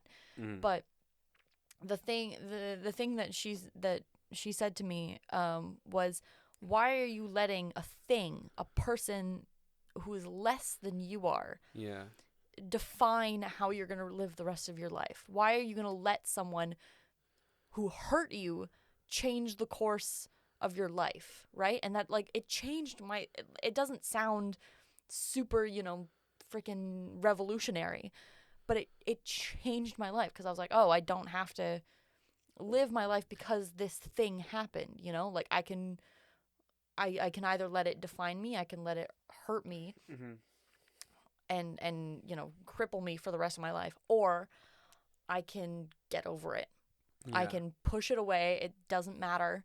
I acknowledge that it happened, but I'm accepting it and I'm putting it, not in a corner, not in a box where I can't see it, but like it's behind me. I'm over it. Yeah. There are some times where I don't feel like I'm over it, obviously, because recovery isn't linear. But yeah, people are human, And, yeah, and people are human, and things don't happen just like one and done. Ha! I'm over it, TM. But like but being able to put it behind me and accept that it happened and be like, can't change it. Yeah. Nothing that I do now is gonna fix what happened then. Uh-huh. So might as well continue and do everything that I wanted to do before, right? Or maybe now I have new dreams that I can continue to pursue that have nothing to do with this, horrible trauma. Yeah. Right? And like it doesn't sound revolutionary, but not letting something define you is such a huge step to overcome, especially when you've had that kind of thing. Like for me, it's kind of like I try to put myself in a situation where like something would that like happen, because I would say there's not been one event where I never defile myself by that. Mm-hmm. Nothing huge. Good. Honestly. Yeah. Good. Yeah. Obviously good. But for me, kind of like for like I try to think about it, like what if something did happen, right? And trying to have that mindset of like move on. Yeah. And kind of like put down the past. For me, I'm like, well, you have to be strong to do that. We called it radical acceptance, which is no matter what happened. Like there were like people in our group therapy like were abused, had really chronic alcoholism, were attacked, had their parents die at a young age, like a whole bunch of really traumatic events. Yeah. And radical acceptance was whatever it was. It doesn't matter. It doesn't matter. You face it. This happened. I cannot change it. I'm done. And it sounds so much easier than nice. Yeah, I put mine on myself. What was I saying? Fuck. Yeah, so you face it and it sounds so much easier than it is. Yeah. Because especially with that kind of like huge thing, understanding, oh, okay, this happened, I can't change it, TM, done. That's not something that like comes naturally, Like for me, like what kind of like I realized was that like as long as you start trying to change, even if like you start and you stop, as long as you keep on starting, it is worth it because one of those starts is gonna stick. That's a good ignition system. Because like that was for me for losing weight. I always like think about it. I should lose some weight. I should lose some weight. Never really worked. I should lose some weight. And then eventually, if I just kept on starting. Yeah. Even if I didn't stick through, eventually one of these starts was gonna stick. It's like when you start your car on the side of the road and your engine is stalling. Exactly. Like if you do it enough times, if you give it enough pushes, like it's gonna go. You know. Exactly. Unless there's a bigger problem, in which you have to address that in therapy. But but for me, that kind of like car therapy. It kind of helped me because it's like even for everything I do now. If I wanna, because like for me and like one of my big problems now is like I want to get better at comedy, which means I have to write more. And now for me, I have to sit down and write every single day. And today I didn't do that, but I'm kind of like whatever. The day isn't over. Day isn't over, but it's also kind of like doesn't matter. Tomorrow, keep going. Yeah, tomorrow's a new day, and like if I start writing tomorrow, like I wrote the 2 last days before me. I write for about an hour each time. Wow, nice. But like I try to, and I don't always get material from it, but as long as I keep on doing that initial first step, even though how hard it is. Of starting. Yeah, of starting. One of these starts is going to work, and then it's going to be easier after that. Yeah. Damn. Like good work. And you think about it, starting is just continuing the process of what you're already doing, but it's just like segmented in between different like steps, different moments in time. Yeah, and when you look back at it, like, oh, that first time you said I'm going to start doing this, that's when you really started. Yeah. Because that started the kind of like the fire, and you know when you start a fire, you keep on lighting it until something catches. That's what happens. Yeah, exactly. Like it just helps, and like as long as you keep on starting, and if you fail, don't worry, because the failing is a process. Yeah. And like just learn like okay. Everything is a process. Yeah, honestly. Everything and it's not about like this is a really cliche thing, but it's about it's about the journey, not the destination. Well, not that. It's about failing better. Yeah. And it sounds fucking stupid and cliche, but really what it is, especially from someone who like goes on stage and says jokes every single time, it's not about finding what jokes work. It's about finding what jokes don't work. And then not continuing and to do not those. doing those jokes, right? Because you find like, oh, these jokes, especially for people like who's starting out, like and they kind of like trying to figure out what their sense of humor is.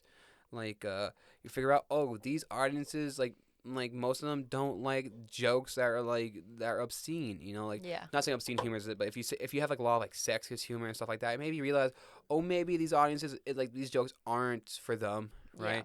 And so y'all find a joke, like, so what's something that I like and that other people also will like also laugh at, right? So and I know that for me it's like because I find it funny doesn't mean they find it funny. Yeah, that's just my particular style. It doesn't mean I'm not funny. It just means I have like those people didn't find me funny. Yeah, they didn't find that one joke funny, right?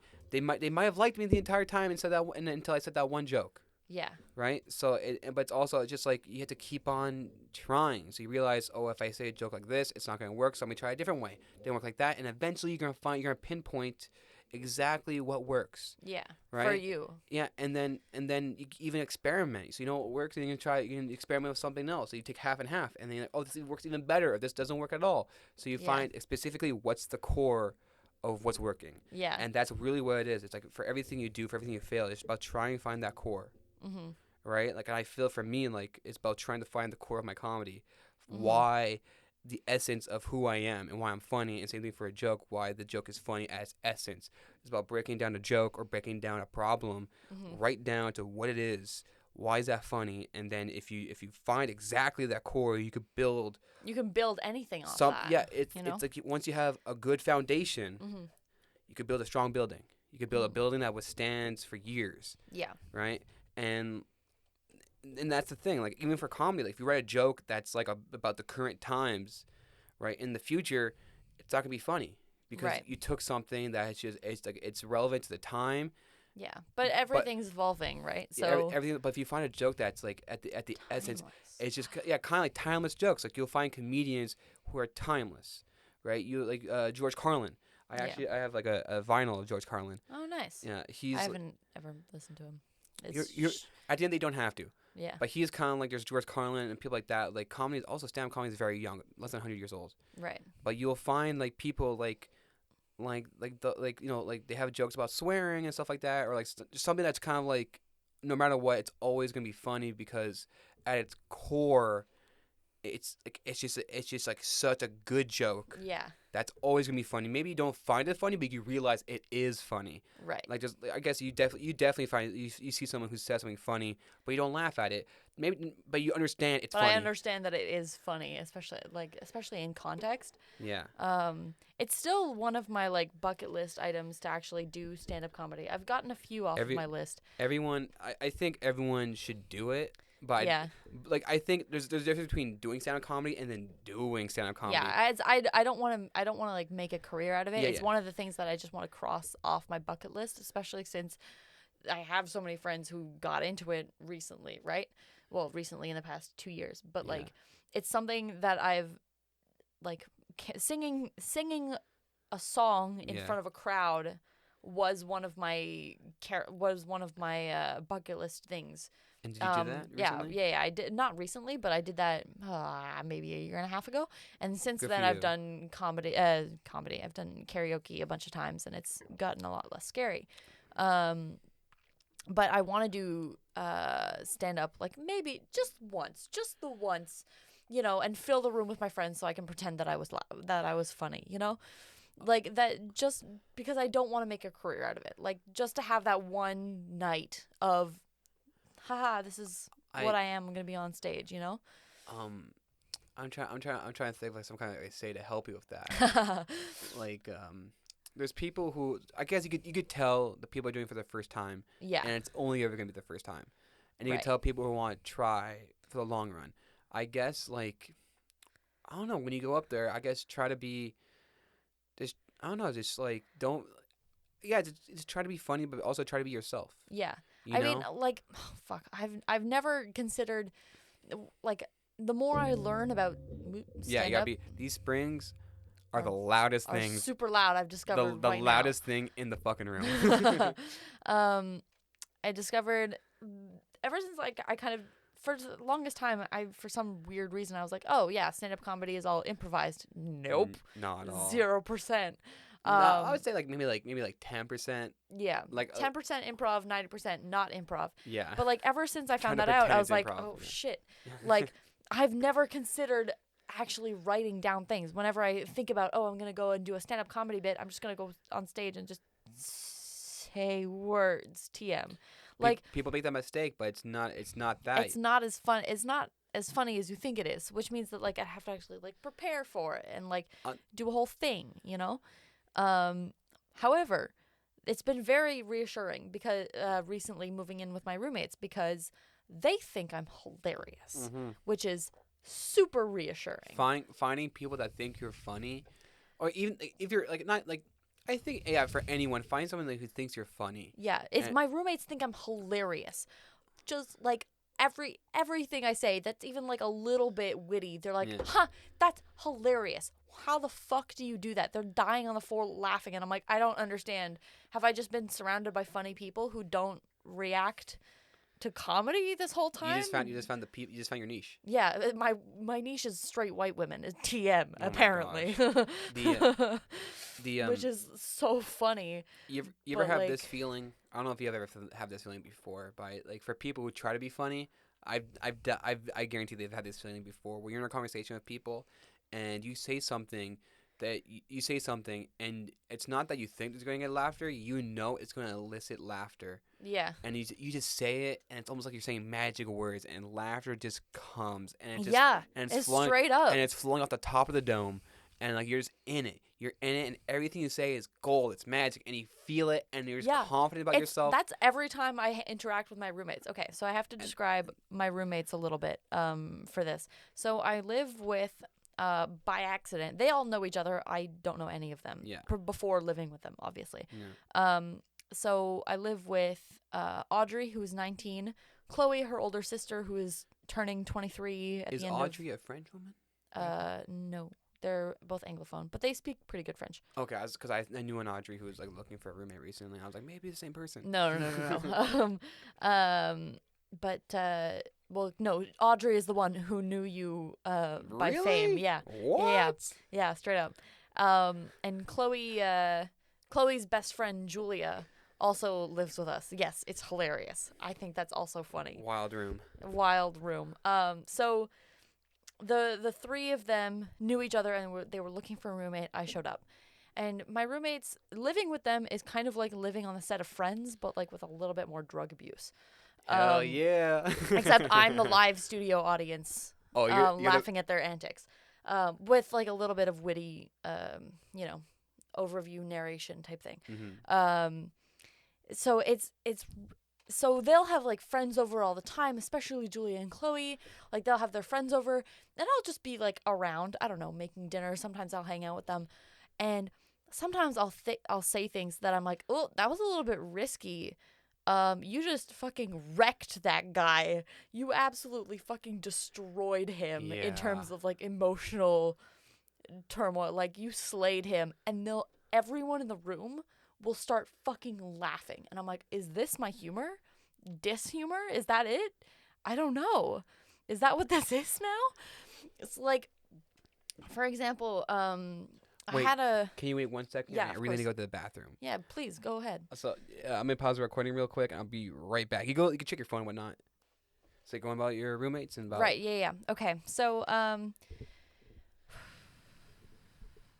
on, my brain just kind of froze on me. You're kind of talking about, like, how you're kind of like a weird situation of Friends, but a lot of drug abuse. Right, yeah. So I'm on the set of Friends, except with drug abuse, because it's always some sort of dramatic.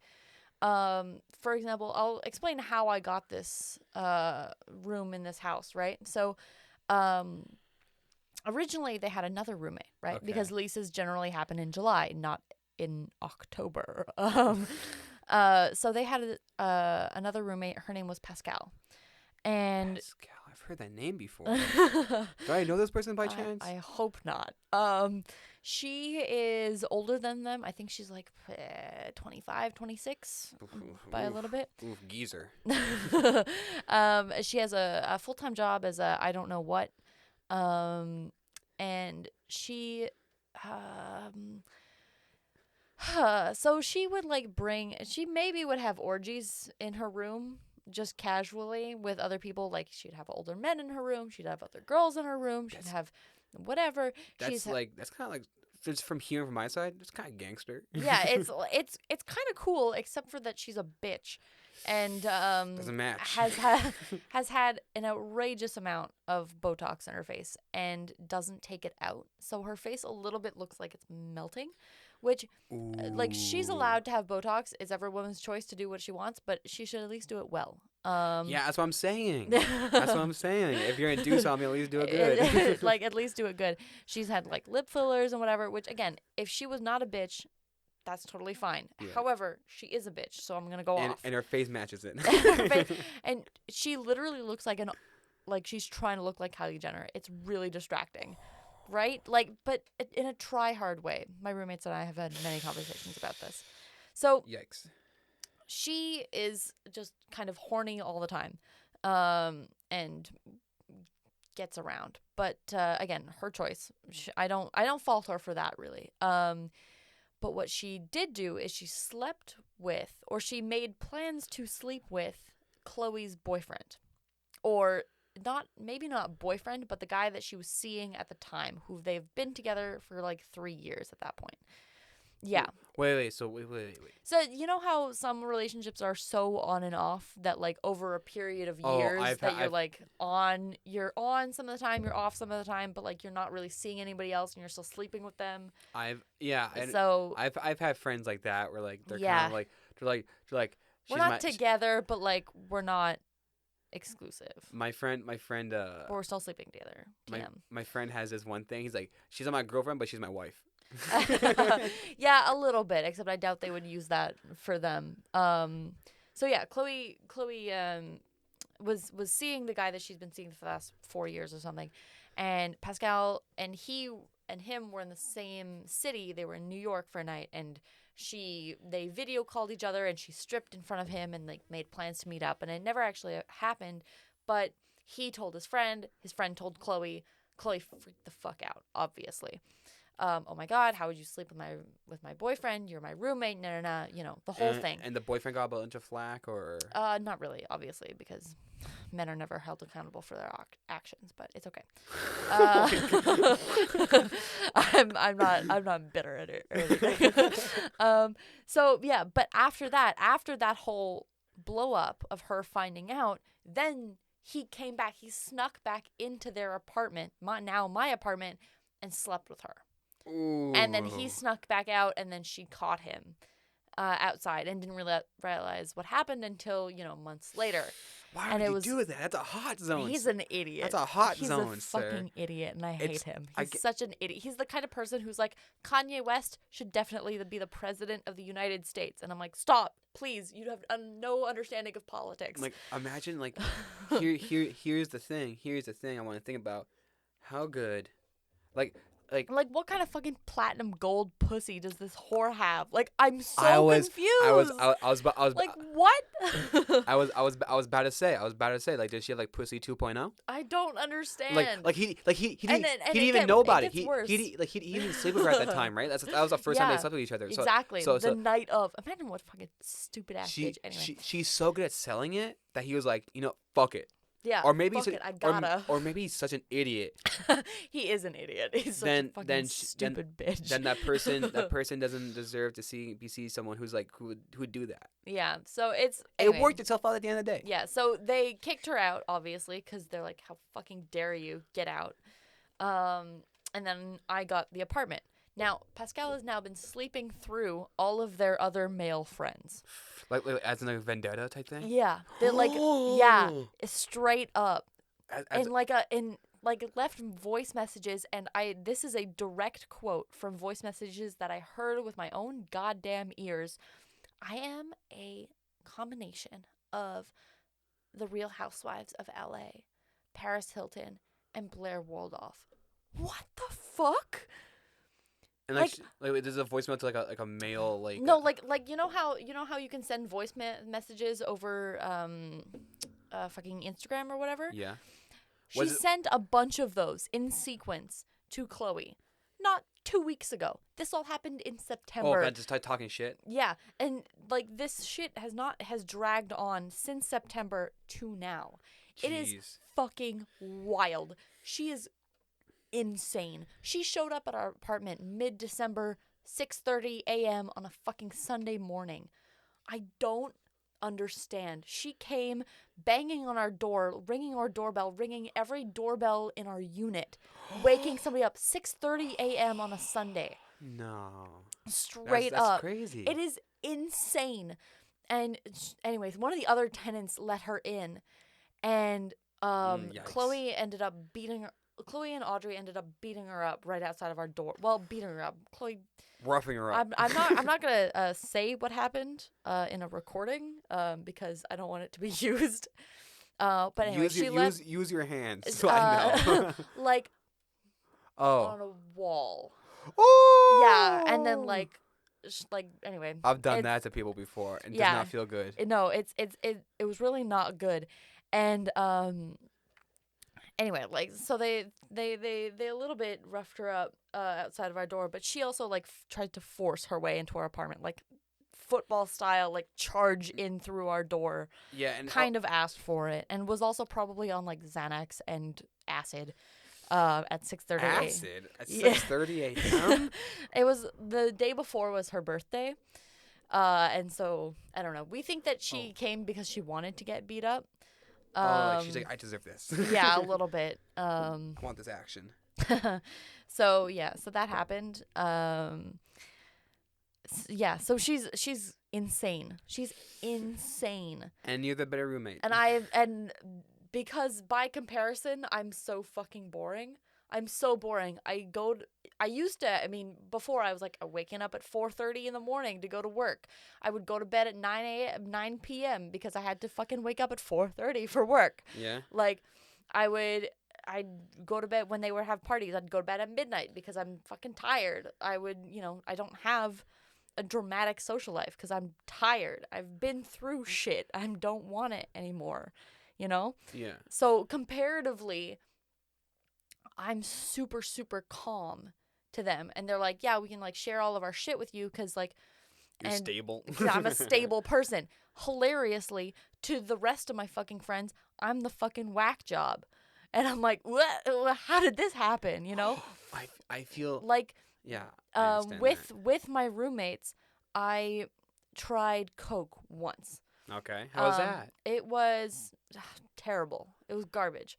Okay. Not in a like a I bad tripped way, but in a I didn't fucking feel anything. I was maybe a little bit more awake, and then I had a hangover for a week. Would not recommend. Ooh. Like the entire left side of my face felt like it was on fire for a week. It was not worth it, and I only felt like a little bit more awake.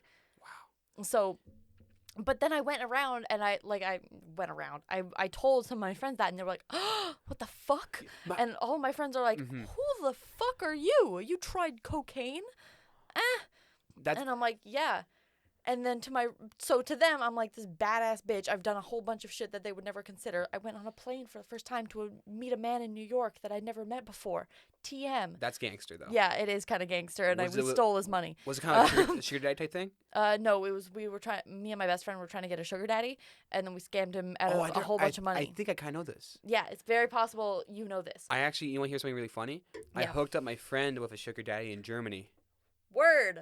Yeah, I met like we were outside this club once, and these guys having like their bachelor party for their friend. Okay. And I just started talking to them, and my friend started talking to them. We started hanging out. We took some pictures. Nice. I got the guy's Instagram. Oh, okay. Because I just sent him some of the pictures. And I'm like, hey man, we had a great night. Seeing some of the pictures, and he's like, hey, who's that girl that we were hanging out with? Hanging with. I told my friend, like, hey, do you want this guy's like Instagram? She's like, sure, why not?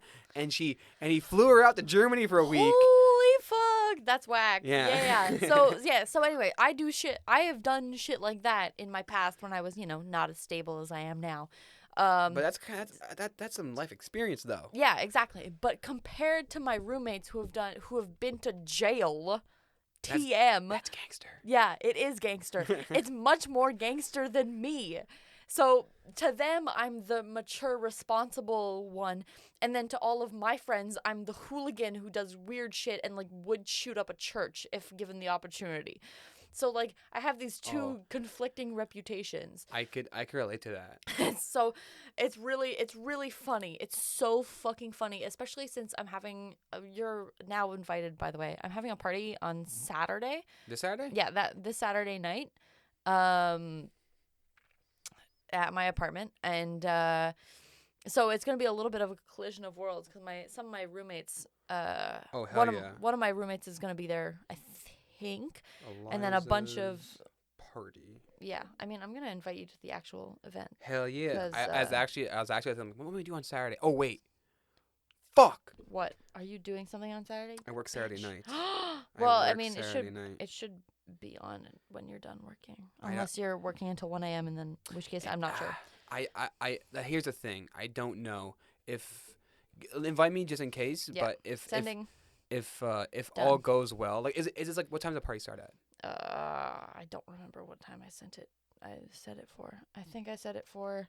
I started at 9, but like you can show up whenever. I would. You know what? I mean, try to. You're trying to get out early. I could ask maybe trade shifts with someone and working Saturday morning instead. Gang. I could probably try to do that instead. It's also 20 style PM. 20 style. Yeah, like 1920s. Ooh. Flapper style. You don't have to if you're lazy. Yeah. And you don't have to show up in like costume, but I got the idea like I don't know, maybe like January 3rd or something, and I was like, yo, that would be really cool if we did like a whole flapper style party. So I was like, oh my god, I have like a whole idea of that. So yeah, you can show up if you feel like it. So I start at 5 p.m. But I doubt. Here's the thing. I only stay until 1 p.m. if it's a crazy night. Mm-hmm. If it's a slow night, I could get out at 8. Sweet. You can show up whenever you want. I'll try to show up if as long as the buses don't stop. I'll try to show up. Yeah, no worries. How about that? And no worries. So, anyways, your roommates, like, I kind of feel like that same way. Like, we're like right now in my life, I'm kind of like, I have some friends who are like, well, for me specifically, I'm trying to like feel new things, see new things, and like try expand your horizons or whatever. Physically and literally, like, like I want to see new things, think new things. So Mhm. I started like doing mushrooms more now. Mhm. Like I haven't done major amounts. I've done like maybe minimal amounts. Mhm. I haven't done a big That's the trip. one I want to try. That one, okay. For shrooms, I could guarantee you, like I didn't have a big amount. I never had a big amount. I've always had like either a small or medium amount. Mhm. No hallucinations, no like big mind altering things. Okay. I haven't done anything big yet. I think if you have a small amount, like depending on each person, if you have a small amount, it kind of feels like you just smoke a joint. Okay. So you have kind of like euphoria, and you're like, Nice. oh, this feels nice, and it comes in waves. Sometimes your stomach hurts because it's not really good for your stomach. But Obviously. but I did do a drug called truffles in Oh Amsterdam. damn. Well, yeah. I did Of them course. twice in with Gail. I did them once by myself and once with Gail, and I had some hallucinations. It was pretty cool. Not Damn. not not crazy. It's very very minor. But I've been trying for those big hallucinations, Okay. and um, so I think so tomorrow I'm gonna get my hands on a little bit of acid. Oh, So I nice. may try some acid soon. I've been trying to do some acid because I haven't had anything hallucination wise. Mhm. Besides having like a huge fever. You know, you ever had Okay. those Yeah. fevers and you see shit. No, Besides, but thank God. I have those. I have those when I was a kid. Oh Those man. would. Okay, so you ever have sleep paralysis? No, thank goodness. So I didn't know what sleep paralysis was. Right, because I you were a kid. I thought when I wake up, I'd be like, oh, my eyes are just so crusty, I can't wake up. Time to go back to sleep. That's all I thought it was. I had no bad experiences with it, because my My eyes, eyes are so crusty. because some people like their eyes wake up but they can't move, Okay. and they realize that. But for me, my eyes wouldn't even wake up, so I just thought like I knew my eyes were crusty, and I was just such a stupid ass kid. I was just like, time to go back to sleep. I guess I'm not ready. I'm not ready.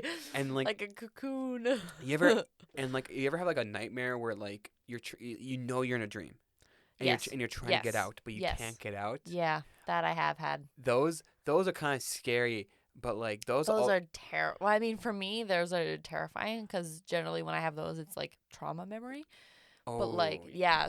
mine's like a It's scary monster chasing me. no. Well, I mean, Like the it's boogeyman. not like Boogeyman, but like similar scary monsters are chasing me. Yeah, But like you're in like real terms life. of Mine's like trauma memory. oh, mine's kind of like and what I became good with is that like do you know like lucid dreaming? I do know lucid dreaming. Yes. So when I have a nightmare, I'm able to lucid dream because for some reason I can only lucid dream if I have a nightmare because I Oh, realize that I okay. can't wake up, so I have to fight this somehow.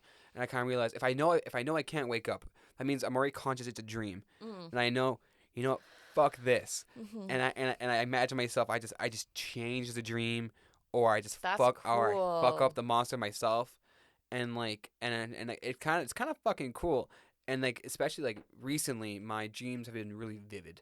Mhm. Because I haven't been smoking weed for a Yeah, while, so that's my what I was dreams are gonna say. Yeah. like wildly vivid. Damn. Okay, that's cool. Like I would wake up, like when I sleep, I usually wake up around like 7 a.m. and then I go back to sleep, and I wake up and go back to sleep. Okay. But I'm able to continue the dream. I wake up and I'm like, oh, it's not ready, and I go back to the dream, Mm. and I continue the dream, Yeah. and Yeah. Because you want to know how it ends. yeah, and like. Yeah. And I have some I- some scary dreams, like and it's not like a boogeyman chasing me anymore. It's like actually my real phobias. okay. Like I had this one dream. I was in the metro with my friend, and we pull into Angrion, and then it starts backing up, Oh. and we're like, "What's happening?" And then we start going up this kind of like this, almost like like a roller coaster, and it goes up this huge thing. So Yeah. we're on that, and all of a sudden, like it just turned into a roller coaster. Like almost, it looks like basically we're in a roller coaster, and it goes up, steep, up. But like you're looking down, so it's the We're- anticipation of looking down kind of thing. No, because we knew like what's happening, and then we stop at the top, and we're at the very back. We're at the very back. Oh no. And they're like, okay, we're having some issues with the STM or something, so so you guys have to get off and walk down this old rickety wooden staircase. And there's only That's the worst. only one handrail on one side. And my fear is not scared. I'm not scared of heights. Well, I am scared of heights, but specifically with Scared of falling. it's like scared of falling, but also it's just with a building I don't trust. Right. If it's in like if it's rickety, it's like weird. if I'm in a building like an actual like building like Yeah. the Empire State Building, I don't fucking mind. I'm like, oh, this is cool. But if it's like wooden or like it's rickety and I'm like, oh, and Yeah. I remember I remember we were getting up and my friend's like, oh, this happened before to my friend and he fell off and he gets off and he starts walking down. I'm like, how can I I'm like, how long do I have to, like, for me, it wasn't like how high I was, but like, how long do I have to endure this fear Right. and just suck it up and walk down? Yeah, Because that's like, so cause other people are gonna be scary. like, oh, I'm just walking down the stairs, like you walk down the stairs every day. But for me, it's just like I know I have this fear, and I know I can't get rid of it. So I know that I'm super high up, so I have to just like just take it Mm. for like an hour, That's so scary. and then I wake You would up. hate being in the old port. At one point, with a couple of friends, well, anyway, I climbed up Silo 5. Yeah, No. Silo 5. I climbed up to the top onto the roof of that. We snuck in. Climbing up wasn't a problem at all. I wasn't Climbing scared. up, climbing up is never a problem. Climbing up is never a problem. I got to the top. Even at the top, I was like, this is totally fine. Climbing down, though, the issue that I had, because I'm not scared of heights at all, Yeah. really. I was scared because there were holes in the floor, in the Yeah. stairs. You know, the stairs with the holes in the floor? It's the worst thing. That's the only thing that I'm truly, like, irrationally afraid Because of. media has told us you step on those boards and it falls, and even it's not your fault. It's not even like wood. It was metal, right? Oh, But it's okay. the metal with like holes in it. And so Oh, those. yeah, Like, so the ones that you can see through, oh, and that one's the worst. it like walking down was so, it like gave me freaking like jitters. I was anxious the whole way down, but I tried, and then I went up alone once when I was drunk and sad. Alone. Yes, alone at 10 p.m. You went alone. Yeah, the time I went can't with go to a friends. movie alone. I've been to a movie alone. It's actually not that bad. But when I went with friends, it was like the middle of the day. It was totally fine. We got stopped by some construction workers, and we were like, "Oh no, we were lost." We were coming back down, and we were like out on the actual pavement. We weren't like in the silo. But the second time that I went alone at like 10 p.m.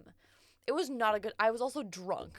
I had a bottle of fire whiskey. I sat over the edge with a bottle of fire whiskey. It was really How dramatic are you? I know, right? It's like, wow, what was I going through then? A lot. Anyway, but like I was up there at 10 p.m. and then like I walked up, I walked down. It wasn't even a problem because I was fucking drunk. I had a bottle of fire whiskey and nobody fucking stopped me. There was a car that like flashed its high beams at me, and I got out of the way and it passed by, and I was like, cool. And it was in the restricted part of the silo. It's not like it was like on a street, in the old port. It was like in the restricted area, and it just flashed its high beams at me, and I was like, all right, I'll get out of the way. Friggin' whiskey bottles straight up visible, and it just got out of the way. It was one of the most surreal experiences I've ever had. And I remember calling somebody at the top of Silo 5 and be like, yeah, I'm at the top of Silo 5 with a bottle of whiskey. And they were like, are you fucking okay? Like, it was one of the friends who would like come up with me, and they're like, are you, Excuse me? Is this like safe for you right now? I'm like, yeah, it's totally fine. And now looking back on it, I'm like, that was not my best idea. But like, I did crazy shit back in the day. So like comparatively, now I'm super stable, which is why so many people are like, yeah, I am at like, you remember Raph. Yeah. Raph literally yesterday was like, yeah, the perpetual image I have of you is like walking in with a gun and being like, excuse me, what the fuck did you say to me? It's like, that's the perpetual image of me, like the impression of me that he has in his brain. Whereas my roommates would be like, yeah, the studious one with glasses who like does her homework and pays rent on time. And like The stable one. The stable one, TM. I have a lot of nicknames. I could be anyone. In this house, there's the Instagram nerd, sort of. The Instagram girl. Yeah. That's Audrey. Chloe is the partier. And Julia is the I would guess partier / Italian / stable. Like she's pretty broad. She has like a stable job, but like also does shrooms on the weekends. So Hell yeah. Yeah, you know how it is. I once met a cop who sold shrooms. Whack. Whack is what that is. So yeah, but I am the nerd, the stable one, the boring one, the reader, the person who has a library, stuff like that. The good penmanship. Yeah, the good listener, can write in a nice way. Can read. Can read. That's actually been a huge issue. I'm currently single, and I intend to stay like that for a hot minute. Hell yeah. Yeah, single life. Woo. Gang gang. But I went on a date at the beginning of January with a guy that I met through my roommates, and Okay. we hit it off really well when I was hanging out with them, and we connected really well. So we were like, yeah, let's go on a date. It's fine. And it was going really well. And like midway through the date, I was like, yeah, this is the books that I've been reading recently or whatever. And he was like, yeah, I don't read. And I was like, what the fuck? As like he can't read? Not that he can't read, but he's like, yeah, I read like one book a year except for the books that I had to read for school. And I was like, like I didn't, until that moment, I didn't realize how big a deal breaker that was for me. Because like he's really charismatic. He is, a feminist, can cook, is respectful of women, Can cook. Is studying to be a chef. Really, but above all else, really, he's really funny as well. And just like the thing that like kind of like made me recoil a little bit was, yeah, I don't read very much at all. And I was like, he doesn't like to read? The common thing is I can't focus enough to read, and I'm like, come on, bitch, you used to. It's fine. Jeez. You can try again. It's like, oh, it's not it's not as instantly gratifying, and I'm like, get the fuck out of here. I don't fucking care for you anymore. Like, I think the thing about people is that like there's some people like I would say that I would like to read more. It's just for me. Like again, it's not for everyone, but like for me, it was such. Well, I would say that. Sorry, to cut you off. Yeah, no worries. But to say that, I think there's some people who when the first time reading, they found something they stuck to, and they kind of like, oh, I like reading. Yeah. But there's some people who are kind of forced to read, right, and they didn't really like it. They just didn't find what they like. Like I've had moments where I read a book and I was addicted to it. Yeah. And I still look for those books. But for me, it's just like I have a bunch of books here, and there's a bunch of books I've been trying to read, a bunch of books I've been wanting to read. Right. But it's just for me, it's just kind of like, I just need that initial like little hit, Yeah. Like once I get into it, I'm like, I can't put it down. It's like a series in Netflix, Yeah. It's exactly the same thing. Yeah, except on Netflix, it's easier to get hooked on. So much easier because you have a visual component. More people are visually stimulated like that, especially, in the 21st century. But like, there's also some people who are more writers than they are readers. Yeah. Yeah, exactly. There's people who kind of like to make their own things up as opposed to like they're being told what to do, and especially video games are very helpful in that because you can like create your own adventure. TM. Like when I was a kid, I used to walk around I remember specifically my favorite thing to do at recess. Mm-hmm. I didn't play sports that much, but my favorite thing to do was I'd literally walk the perimeter of the schoolyard and continue this ongoing imaginary story I have in my mind. That's so cool. And it will go on for years. Mm-hmm. And it stopped maybe around grade 6, maybe grade 7 in high school. Mm-hmm. But like when you realized you had to make friends. Well, not just that. I remember as a kid, I'm like, man, my imagination is wild. And then now it's kind of changed. Instead of like stories, it's kind of just like jokes I tell myself. And like this inner dialogue. I still make up stories, to be honest. Yeah. By now, I have more of I don't continue them, but now I write them down. There's one story that me and Gail have been working on. It's nothing like actual to write down. It's just about us just having fun. Yeah. Like my best friends were the people who I could have these imaginary stories with, and I could tell them, and they get it. Yeah. And they contribute to it. That's super cool. That's super, super cool. Like me and Gail in Poland, we made up this whole story, this anime, and we laid out seasons and arcs and characters, and the whole concept is how like there's like this whole world. You just need a graphic designer and like a production team, and you're set. And we don't need to do that. It's staying between us because the whole premise is about like a world Do you know like how there's like and specifically like it's kind of like an anime type thing, kind of like a parody on anime. How there's like there's anime about like sports and like sports is like the main thing. Yeah, the for main them. thing. TM. Yeah. Yeah. But in this world, it's about killing pigeons. Good. And honestly, they deserve to die. and there's a whole like morality, and there's like there's a whole thing behind it, and there's like some characters who like on there's a whole mythos, but I kind of anyways the whole thing is like I prefer making up these own stories because I get that gratification from it.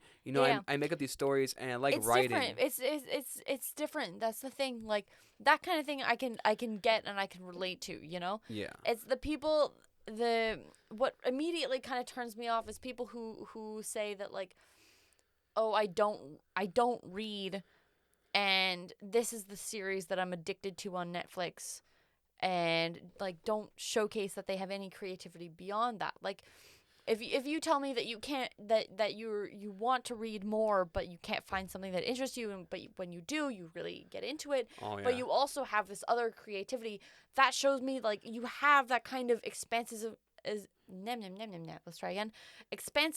of mind, but you want to do it for yourself and not only in a book, I'm trying to look for this one book that I kind of like. It was a school book.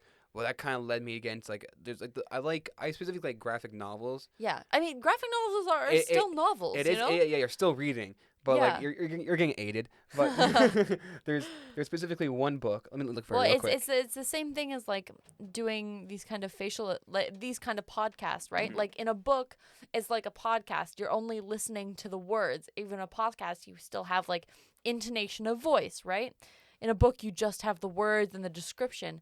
Whereas audiobooks. Yeah, exactly, audiobooks as well. But in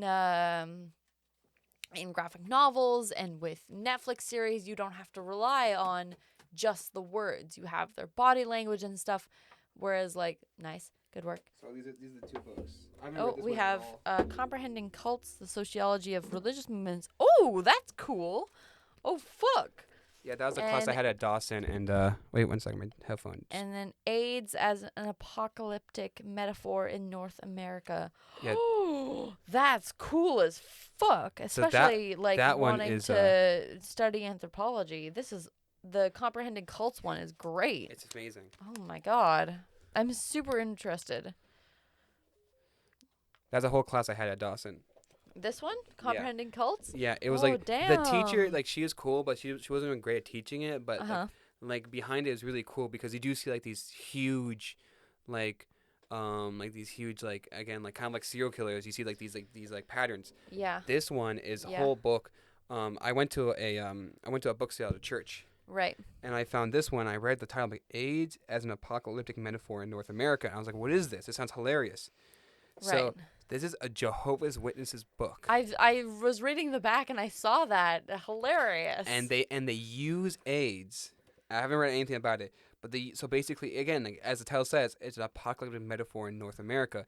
So I wonder what kind of fucking propaganda. Yeah, that's is a lot. In here. Like holy moly! Like, you have to read that really critically not to get super sucked in. That's the thing I find about these kind of books is like you have to be able to read them critically and not just like read them and get totally sucked in, because then you can change your belief system like on a dime, right? Yeah, because I'm too kind of like I think about what's the word? I'm really empathetic, right, to anyone.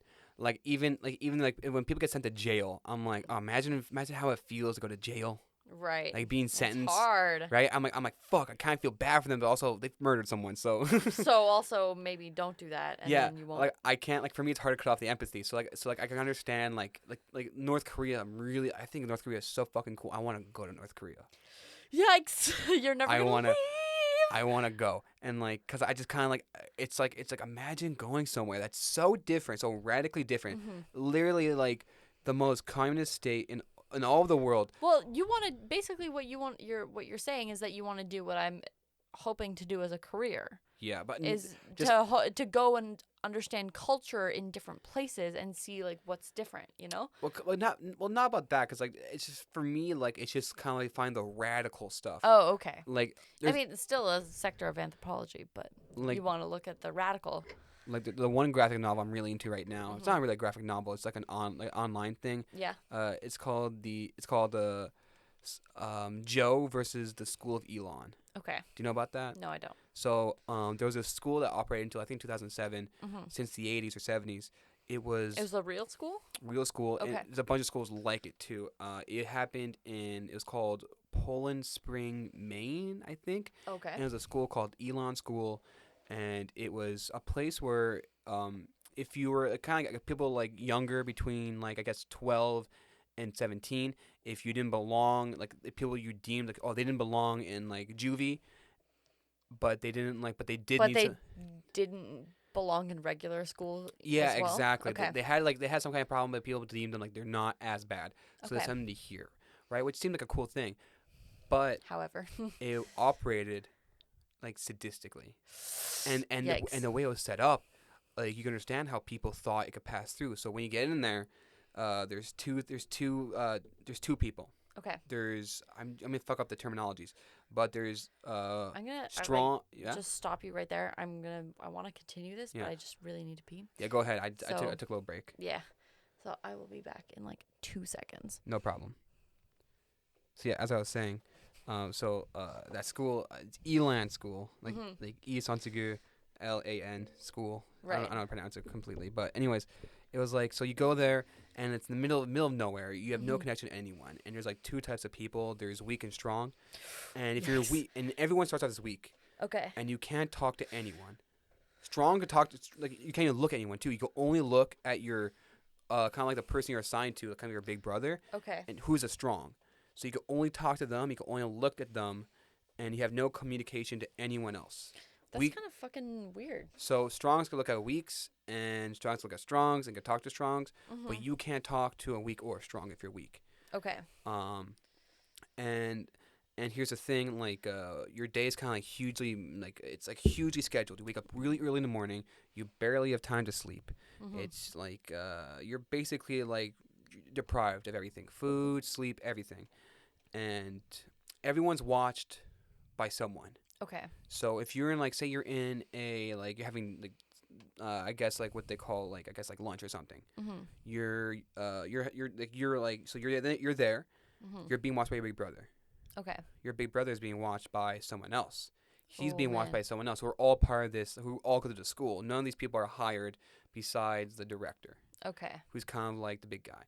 And you have a task to do, you clean, you do chores and stuff like that. But you're also not allowed to talk about anything besides Elon School and also just getting better. Right. So you can only talk about that. And here's the thing: the worst part about it is if you ever like, say you get mad at someone, you ever push someone, you ever step out of line.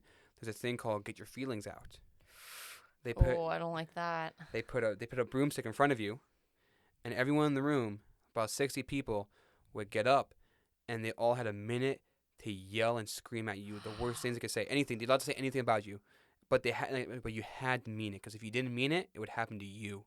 Oh man. So and eventually, so you get yelled at and stuff like that, and you're like, what the fuck is this? And eventually, you understand like, oh, they're just doing it because like they don't want to be yelled at. Right. Yeah. That's so crazy though. But then again, you start getting into the cycle that like, oh, I want to leave, but you realize the only way to leave, because like there's people who try to run. Right. But there's literally people. I swear to God, there's people in the woods around it waiting for people to run. That's crazy. And that's insane. And there's like a penalty even worse than that. Right. Of course. There's so this one's weird. So if you ever get into a real beef with someone, you get so basically you fight them. You get boxing gloves, and the biggest people stand around you in a circle. Oh, okay, there it is. And you fight each other for one round, like a minute or 2 minutes. Yeah. And obviously it's a fair fight, or fair fight. You're both able to fight, but then the person you have beef with steps out, and a bigger person comes, and you fight them. Then a bigger person comes, and you fight them until you're weak and you're fucked up. And then the last person comes again. The person you have beef with, he comes in and finishes you off. And like you're beaten, right? Right. And you're kind of like, what the fuck? And they kind of realize I had to be a cog in the system. There's no way out. There's absolutely no way out. That's insane. And the anger you yell at these people, and when someone steps out of line, becomes real anger, but not towards them, just towards the whole situation. But you direct it at them. Yeah, of course. Of course. And like it gets worse than that. There's a Well, lot more. that's just how the whole prison system works, It's, right? yeah, this is Like the anger at being incarcerated for this, that, the other thing, especially if you didn't do anything wrong. yeah. Um, and then you have fights with people, and then it gets you into worse punishment. But it's not that person you're angry at. You're angry at the system, you know? It's a whole thing. Damn. But these are kids who kind of realize there's nothing else. There's nothing else that you can do. I have to wait for 3 years to get out. And here's the thing, so parents would pay for these. It's not free, and you're paying like 10,000. Parents pay for children to go to the school. Like $10,000 a year. Holy shit. $10,000 a year or something like that. Something crazy. You're paying like basically college tuition. That's an insane amount of money for your children to get abused. Yeah, and like people say, why do these adults wait in like the fucking like in like the fucking woods to wait for these kids to run out? Yeah. Because they're getting paid a lot of money to keep them there. And, damn. And recently it was only shut down in like 2007, and even if you go on Wikipedia, it still like there's allegations that this happened, and there's 2 Facebook groups. You can even look this up. People who are for what happened at the school of Elon, like it bettered me. And there's people who are like, this is one of the worst things that's ever happened to my entire life. Yeah, that's insane. And the novel, the graphic novel I'm kind of reading is a guy who basically went through and he's just telling his story. Damn. And it's real fucking good.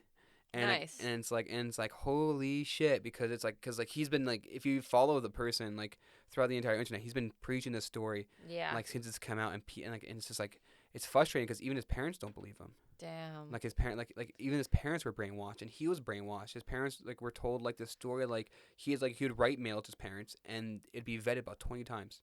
Wow. And then his parents would be like, no, he was like, no, you went to like a regular thing, and you're like being like basically like summer camp. He's like, no, like you would tell him these things. And I wasn't even allowed to write home about it properly, you know? And I don't know if this is real or not, but this is I guess this would be like what happened to someone.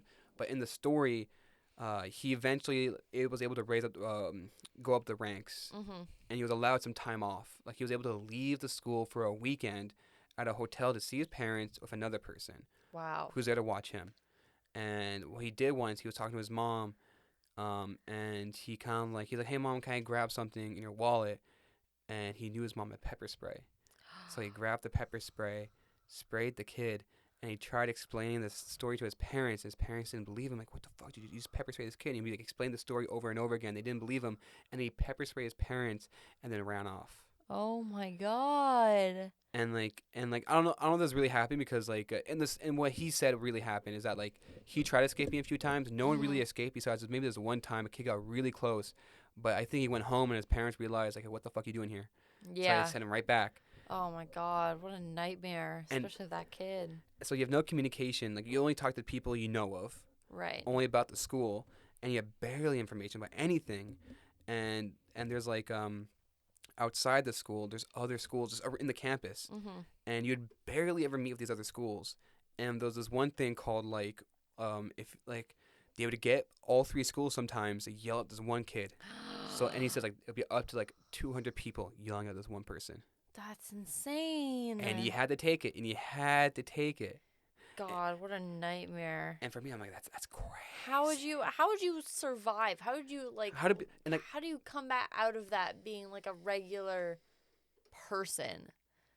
I don't understand. Because like, if you explain it to some people are like, oh, I understand it. I understand like the logic behind it. Like, well, because like if you that's just unnecessary cruelty, you know. It is, but they're like, well, like there's like everyone has like there's a ranking, and there's an easy ranking to follow and a hierarchy to follow, which basically these kids need a hierarchy to follow, right? But you don't. Children don't have hierarchy. It's not in their system to follow a hierarchy. No, but parents who really want their kids to not go to juvie want them to do this, right? Yeah, so that's so scary though. And they paid so much money, they have to believe it. Yeah. So damn. So for me, like, and it basically it's a cult leader because it's like they say it's a cult, well, not because like there's no belief system behind it, there's no God or anything like that. There's no there's no afterlife, but there is like an enthusiastic leader who does brainwash people. So it's kind of like a cult, but not really. Well, a cult can still have. You don't have to believe in like a superior being to be in a cult, right? Like you could claim that like pyramid schemes are a sort of cult. They're cult-like. They're cult-like, even though there isn't like a belief in a higher power, you know? Yeah. Like it doesn't have to be a survivalist or like a Jehovah's Witness type of thing to be a cult, you know? Like I would argue that Arbonne is a freaking cult, but there are many people who would disagree with me who are all super enthralled. Like MLMs are crazy. Yeah. I'm really fascinated about them because I just like people who can't believe, like they believe this, like they're so like in a what's the word, engorged, Enthralled. They're basically like in this, like the mind just kind of completely changes, and like you understand why their mind changes. And you're kind of like, that's super fascinating to have your mind think a different way, and that's why I kind of like drugs, because I'm like, right. Well, because my mom used to be part of. Do you know what Arbonne is? Arbonne. It's a makeup company. I know Avon. No, Arbonne is Arbonne. I know something like it though, like those makeup kind of like targeting women. Yeah, it's a makeup company that bases in Europe. Ironically, its products are very good. Mm-hmm. They follow European standards, which means they don't have a lot of the additives that North American companies generally have. Yeah. So their products are quite good. Like I used their night cream for a while because my mom was part of it, and I got it for free. Guilty about it. But my mom was part of it, and pyramid scheme seems to have taken on like a new kind of definition realm type of thing. It's called multi-level marketing. Yeah. And so my mom was part of Arbonne for a while, and of course it didn't last, and she lost a lot of money trying to make it work. Because basically how Arbonne works is you become part of their team, and they don't make you pay anything to be part of it, but they make you pay for the products that you have. Mm-hmm. And then you have to sell the products to other people for more money to make a profit, right? Mm-hmm. And it's like a whole nightmare because you can't sell this. It's not a sustainable way of marketing. And like some people do make it. I will say that there are some people. You know, of course, there's winners stories. and losers, right? Yeah, but most people don't end up doing that well at it because they're not trained for that. Yeah. You know, they're like, okay, just go and be free and try your best and buy all of our products, and you'll have to sell them regardless of whether you actually do or not. Yeah. Regardless of the company is making a profit. And one of my friends, it's one of my therapy mates from way back when I did group therapy on Instagram was like, has just gotten on the Arbonne train. Ooh. And I saw this in her story, and she was like, yeah, do you want to learn more about Arbonne? And I was just like, no. Why like specifically it was Arbonne? Yeah, specifically it's Arbonne. It's like, it's such a fucking, it's like, I'll show it to you. Do you want to be your own boss and work your own hours? It's straight up, it's like that. I will show you. Okay, there we go. I'm not going to say her name on, so Arbonne, and it's like a picture of like this, you know, aesthetically pleasing woman on a computer with flowers, and her nails are done, and she's got rings on. It's #Arbonne. Who am I looking for? And then someone positive, hungry for change, and it's got girl boss and a mug that says you're a boss bitch, working girl. And it's got these nice colors and palm trees, you know, super aesthetic. And then they're targeting specific people. They're targeting. It's crazy. Determined, that doesn't quit easily. #Arbonne, and it's a woman. That's literally a cult. Yeah, and a woman with like, you know, nice jewelry. Her nails are done. She's got these cool notebooks. She looks like she's got her shit together, but she's busy. And then, fun, willing to learn. Again, more aesthetic pictures of like notebooks and mugs and, you know, Instagram shit. And does this sound like you? Then hop aboard my team. Sign me up. Tell me more. And it's like, come on. This is clearly a cult.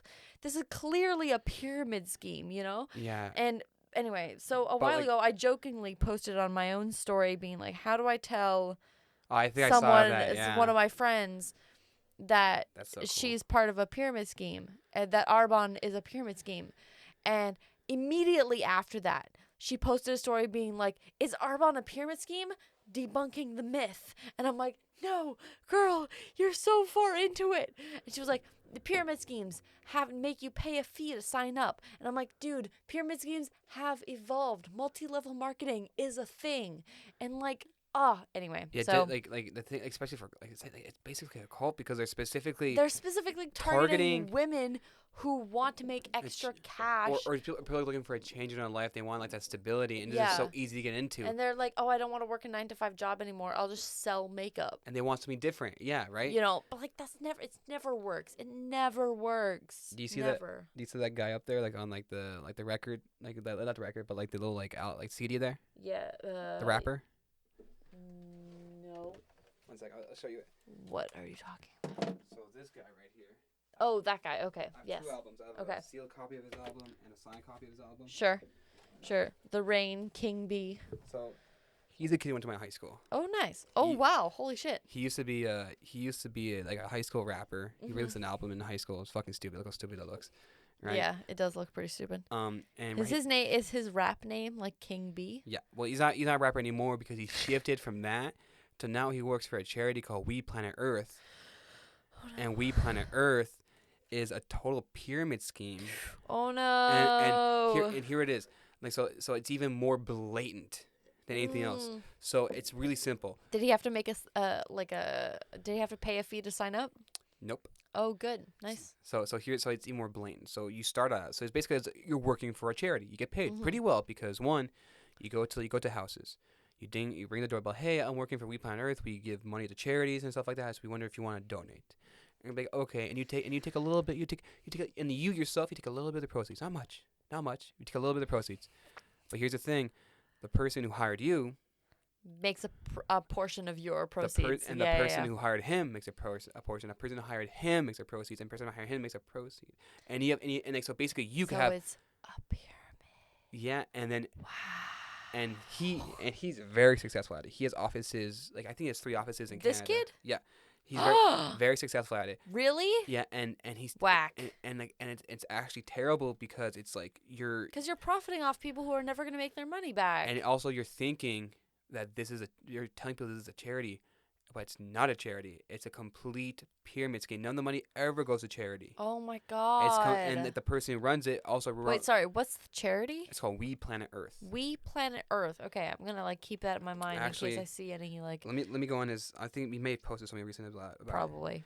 And also another pyramid, not a pyramid scheme, but something very scammy, kind of like a pyramid scheme that you wouldn't think is a pyramid scheme.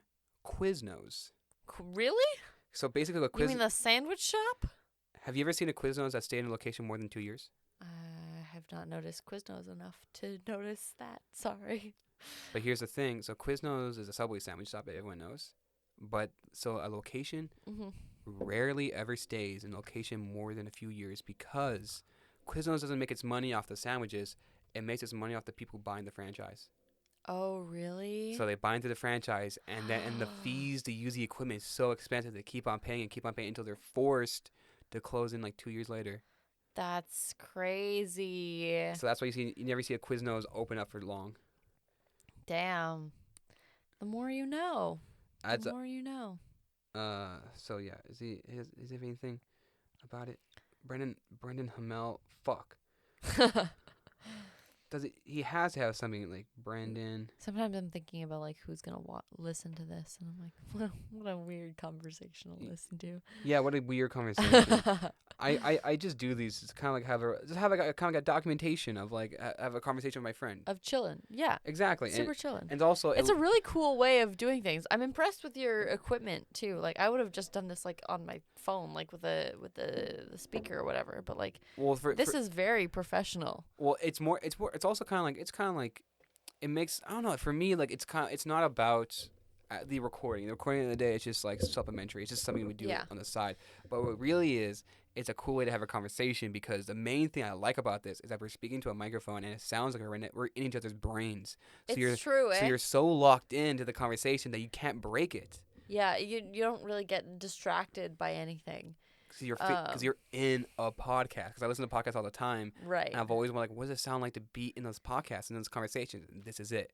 Yeah, I find it's very, you get very engaged much more engaged than you would in a casual conversation, which is, I guess, what would be happening if not, because most of what you're thinking of is, oh, we're in a conversation, we have to keep this going, and like we're recording and it has to be interesting and yada yada. But like in a casual conversation, it wouldn't necessarily be like that. Like maybe I would be talking about, oh, I don't know, something dumb I did at work today or something like that. Yeah, it kind of it kind of makes things a little bit more productive. It's also I just really like, it's a good way to talk to people. Yeah, I'm really liking it, honestly. Like it's the first time I'm doing this.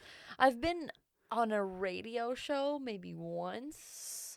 Oh yeah, probably yeah. In DTC, and I was with Raph, and of course, extrovert that he is, he kind of dominated that whole show. But like, it was very cool to be on the radio. But this is even more personal than being on a radio show, right? Like we're just chilling, but we're doing it in a microphone and with headphones on, and like, I don't know. It's also very weird to hear my own voice echoing through the headphones, because you don't often hear your own voice. I know it, but also kind of realizes, oh, I'm talking a little bit too much. Let me back off. Yeah, you know.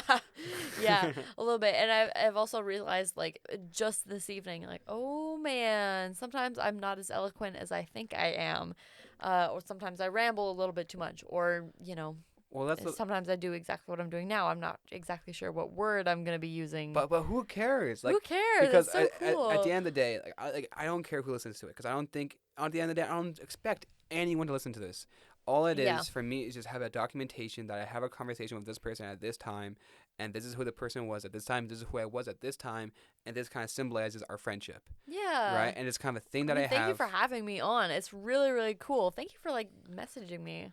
It was very nice to finally to be a recipient of one of those messages. Of one of those, like, oh hey, let's catch up. It's been a while. Because normally it's me setting out those messages after a while. Yeah. I guess. But it was very cool being the recipient of one. Thank you.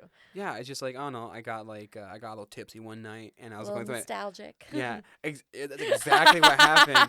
It's exactly what happened, and I saw it, and because when I see someone's like stories, right, it kind of gives you a false sense of I'm in their life. Right. Yeah. I guess my stories were all about Starbucks for the foreseeable past. Yeah, I think it gives you, I don't know, like I think with social media gives you a false sense of that you're in part of someone's life. Yeah. Even like you know someone, what's happening to them, right? Yeah. Like, because like, you kind of catch up, you kind of get a picture, but it's also like, sometimes you remember like, oh, this person, like I actually really enjoyed the conversation with these people, and maybe just like, especially since social media is such like it's so public. Mm-hmm. Things that you post on your story, the things that you post like as actual posts, like they're so unbelievably tailored to the image that somebody wants to project. Like subconsciously or actually or consciously, whether people are thinking about the image that they project. It's so interesting to see like what people want you to see. Yeah. Especially when you know them intimately. Like especially with my roommates, I'm learning this as I'm living with them. Like the things that they post in their stories and then on their feed is so different than how I know them to be, right? Like the Instagram kind of I hesitate to say Instagram whore. But the girl who's very, very social media obsessed is very Instagram whore. I don't want to say that because it's mean. But like, lack of a better term. Yeah. Like she'll post very like aesthetic things, right? Oh, one of those people. Yeah. Okay. Yeah. Very, very. Yeah. Aesthetic. She thinks about everything that she posts. It's very tailored. It's got a theme and. But, like, I know for a fact that, like, sometimes she stays in bed until 5 p.m. Yeah. And just, like, watches Netflix and has Kleenexes all over her bed because of, her boyfriend or whatever. Or, like... Oh, wait. Hello? Yeah, we're good. I was fucking around because I can't hear my left ear. Can you hear your left ear right now? Yes. Hello? Yes, Hello? I sure can. then it's just, oh no, I can still hear it. I'm just fucking stupid. It's okay. It happens to us all. Okay, go on. But yeah, like I know that like she, sometimes makes weird dinners for herself, and like it goes to work and hates it, and like anyway, so it's like not the person who they really are. exactly, like she'll come in my room and like complain about really random things. I found out she wanted to be a esthetician. Yeah. Today, because she's in Costa Rica right now, but like she texted me being like, hey, if I wanted to like pursue being an esthetician, would you let me practice on you? And I was like, fuck yeah. Of you course. think I would say no to that shit? Free, of course. You want to do my eyebrows? You want to do my nails? Fuck yeah. Of course. I'm allowed to have that done now because I don't work in food service industry. Yeah. So yeah. you take advantage of that. I now wear earrings every single fucking day because I'm allowed to. You're free. I'm about to go get my nails done this weekend because I can. And then I'm going to get my nail polish to do it myself because I don't want to waste $20 a month to do that. That's fun. That's funny. So like I'm going to get them done professionally because I can. I'm going to get piercings while I still don't work in the food industry because the job that I have right now is contract. It's just a 6-month contract until June 30th. Okay. So then for the summer and then for the rest of the Concordia school year, I'm going to have to I want to find a waitressing job because that shit is cushy as money. Yeah. I'm trying to work from a busboy to a waiter at my current job. But like the thing is about Starbucks is that I have a very good like starting point. I don't need to be a busboy to understand customer service. Obviously and not. like I remember customers' orders from 2 years ago. You basically are were a waiter. Yeah, exactly. Except worse because a coffee people waiter. do drugs in our bathroom. But anyway, Yeah, it's fine. It's chill. It's super chill. It's super oh my fine. god, yeah. People leave needles in our bathroom, and it's fine. It's not a health hazard or anything. I'm a strong advocate for if there's a sign inside your establishment saying like giving you what to do if you find a hypodermic needle in your bathroom and how to dispose of it properly. I think you should get paid more than minimum wage.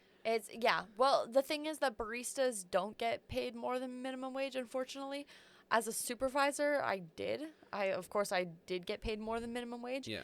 But it was not enough for all the bullshit that I had to deal with. Like, I had to yell at people to get out of our store because they were stealing our tips. I know your store. Well, I actually wasn't there. Seville? So Seville, I was there for a year and a half. That one was wild at one point. Yeah, that fucking store was insane. So then I moved to de la Gauchetière. Do you know what the indoor skating rink is? Oh yeah, I knew what that is. So right across, like right on the other side of the whole office building part, there's a Starbucks. It's super super busy in the morning, and it's obviously it's very different. It's super different. So at Seville, you would get like people, homeless people trying to steal our tips, people trying to have hypodermic needles in the bathroom, like people yelling at us for not understanding their. 'Cause you're on St. Catherine Street. Yeah, specifically where like the right where Atwater is. Yeah. There's a whole like group of like homeless people who just like stay around that area. So exactly. So we would get all of those people, but at Bonaventure we have a different type of crazy, which is rich white people who think that they're entitled to everything. What do you prefer? Neither. Fucking neither. I prefer my current job where I don't have to deal with people on a regular basis. Nice. But so the people at Bonaventure would be like, you didn't make my latte right. And I'm like, well, did you ask for it right? And they're like, no. And I'm like, well, then get the fuck out of my face. But you can't say that. You can't say that because you work in public service. So you're like, thank you. Of course, I'm going to do exactly what you say because I'm a little bitch. Right? They're like, oh, I wanted a venti. I'm like, it says a mezzo, but I have to make the moment right. I had a friend who worked at Starbucks. Well, you know who he is, Alex Cruz. He worked at Starbucks for like 6 months or something and then now works in the restaurant industry.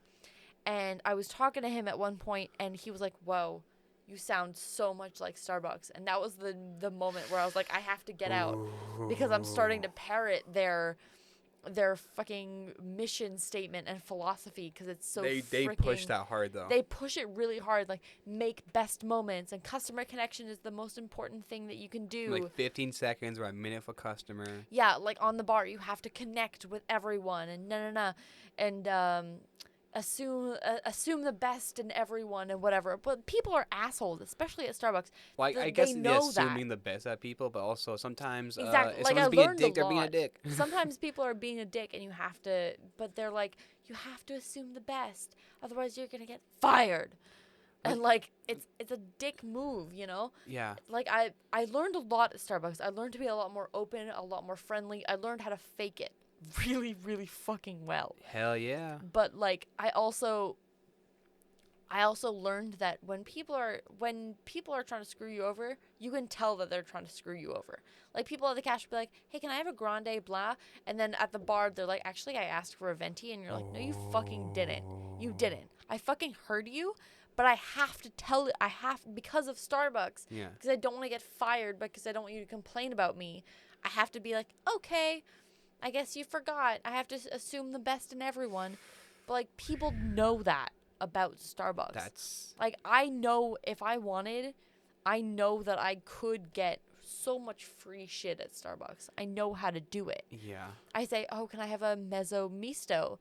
And then because they have to send it to the bar. That sounds like a magic spell. Yeah, like a small half coffee, half steamed milk. So they send it to the bar, and then at the bar when they're like, "Hey, Eliza, did you order a mezzo misto?" And I'm like, "Actually, I ordered a grande misto with soy and 2 pumps of vanilla."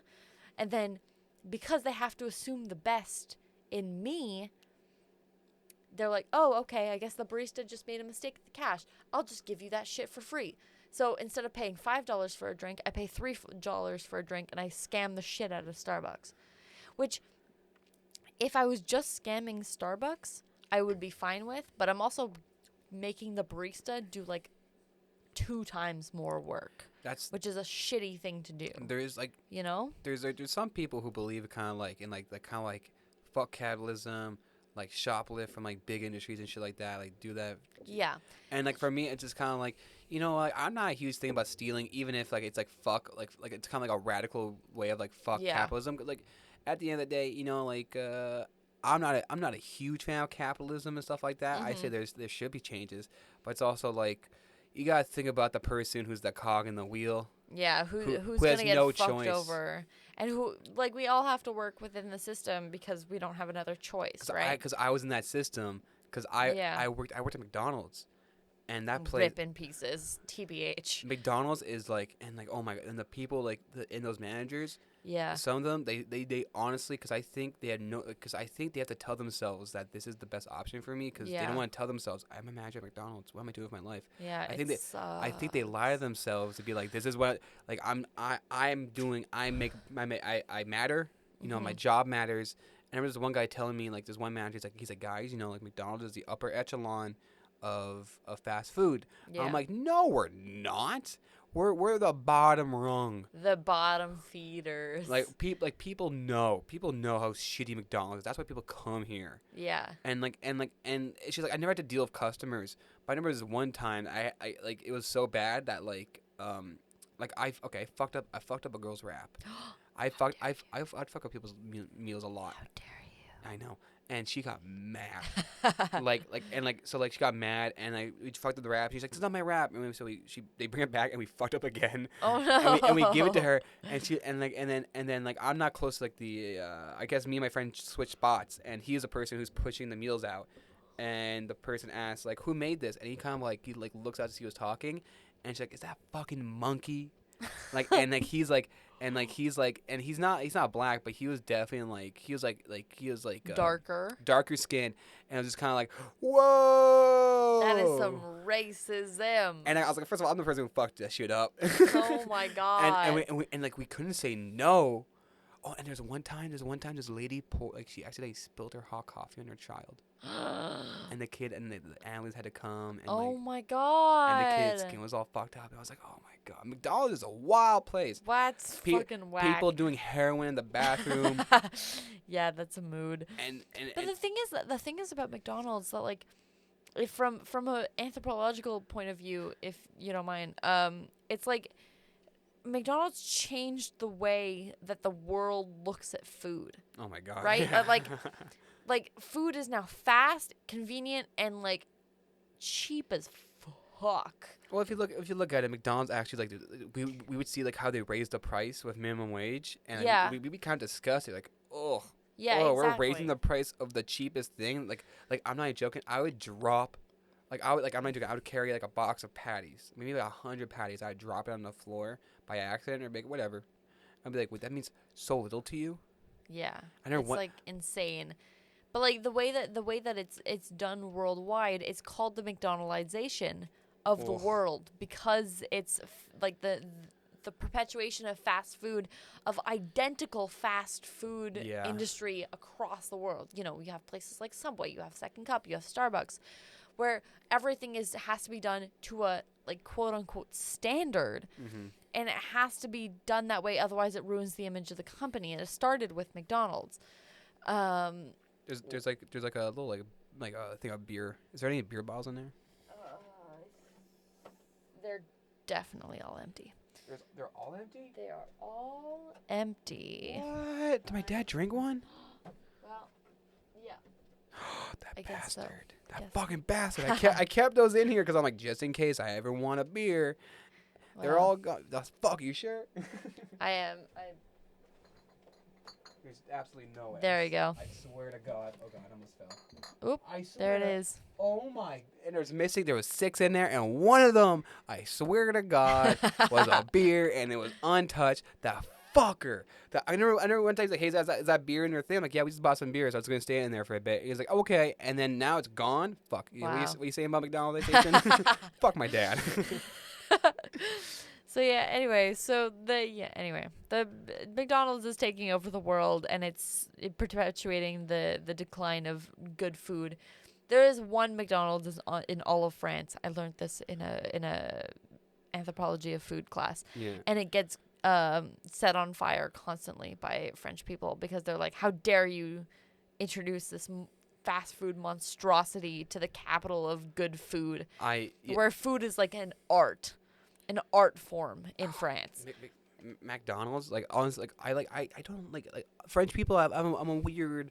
I don't know how I feel about them, but sometimes they do something. I'm like, you know what? That's a mood. Yeah. Yeah. Right. Like them of protesting. Like, especially in France, it's cool. They go fucking hard. Everyone joins in. They fucking go hard, and they affect change, and it's great. For the littlest things. Yeah. For the littlest things. The yellow vest movement, or whatever it was called. If people in Hong, like, imagine if French people and like just moved to Hong Kong. That would be whack. Shit would be reformed right away. Immediately, China would no longer be a fucking dictatorship. North Korea would be toppled in a day. But in Quebec, like, oh my God, different French people. Yeah, different French people. Oh my God.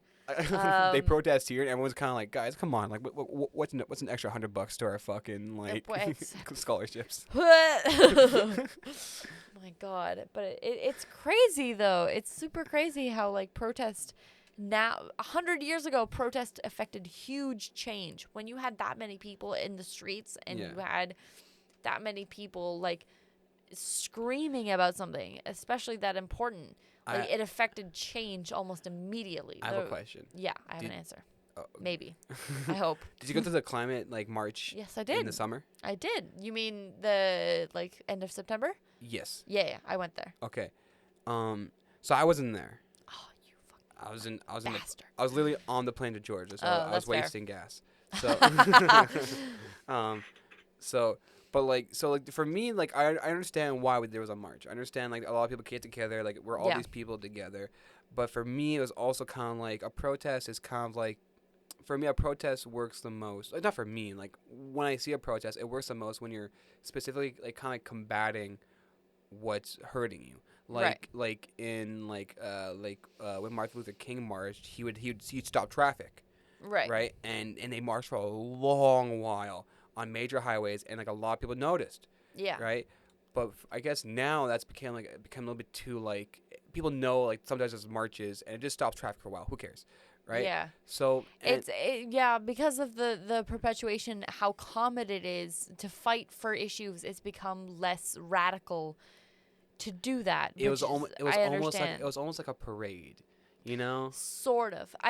The thing But about the these no sorry. the climate Go ahead. marches that they were worldwide and they were in every major city for like and they're continuing to happen, And, you know? and people took notice because especially in Montreal we had a lot of people. We had the biggest percentage turnout That's of crazy. the whole world That's crazy. to date.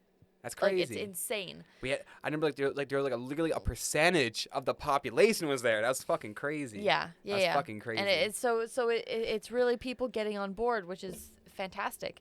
But the issue is that unless this attracts interest, unless it like actually gets noticed by the government, it's not going to do any change, which is really disappointing because of in Montreal and across Canada, these marches happened, and then the Liberals were still elected.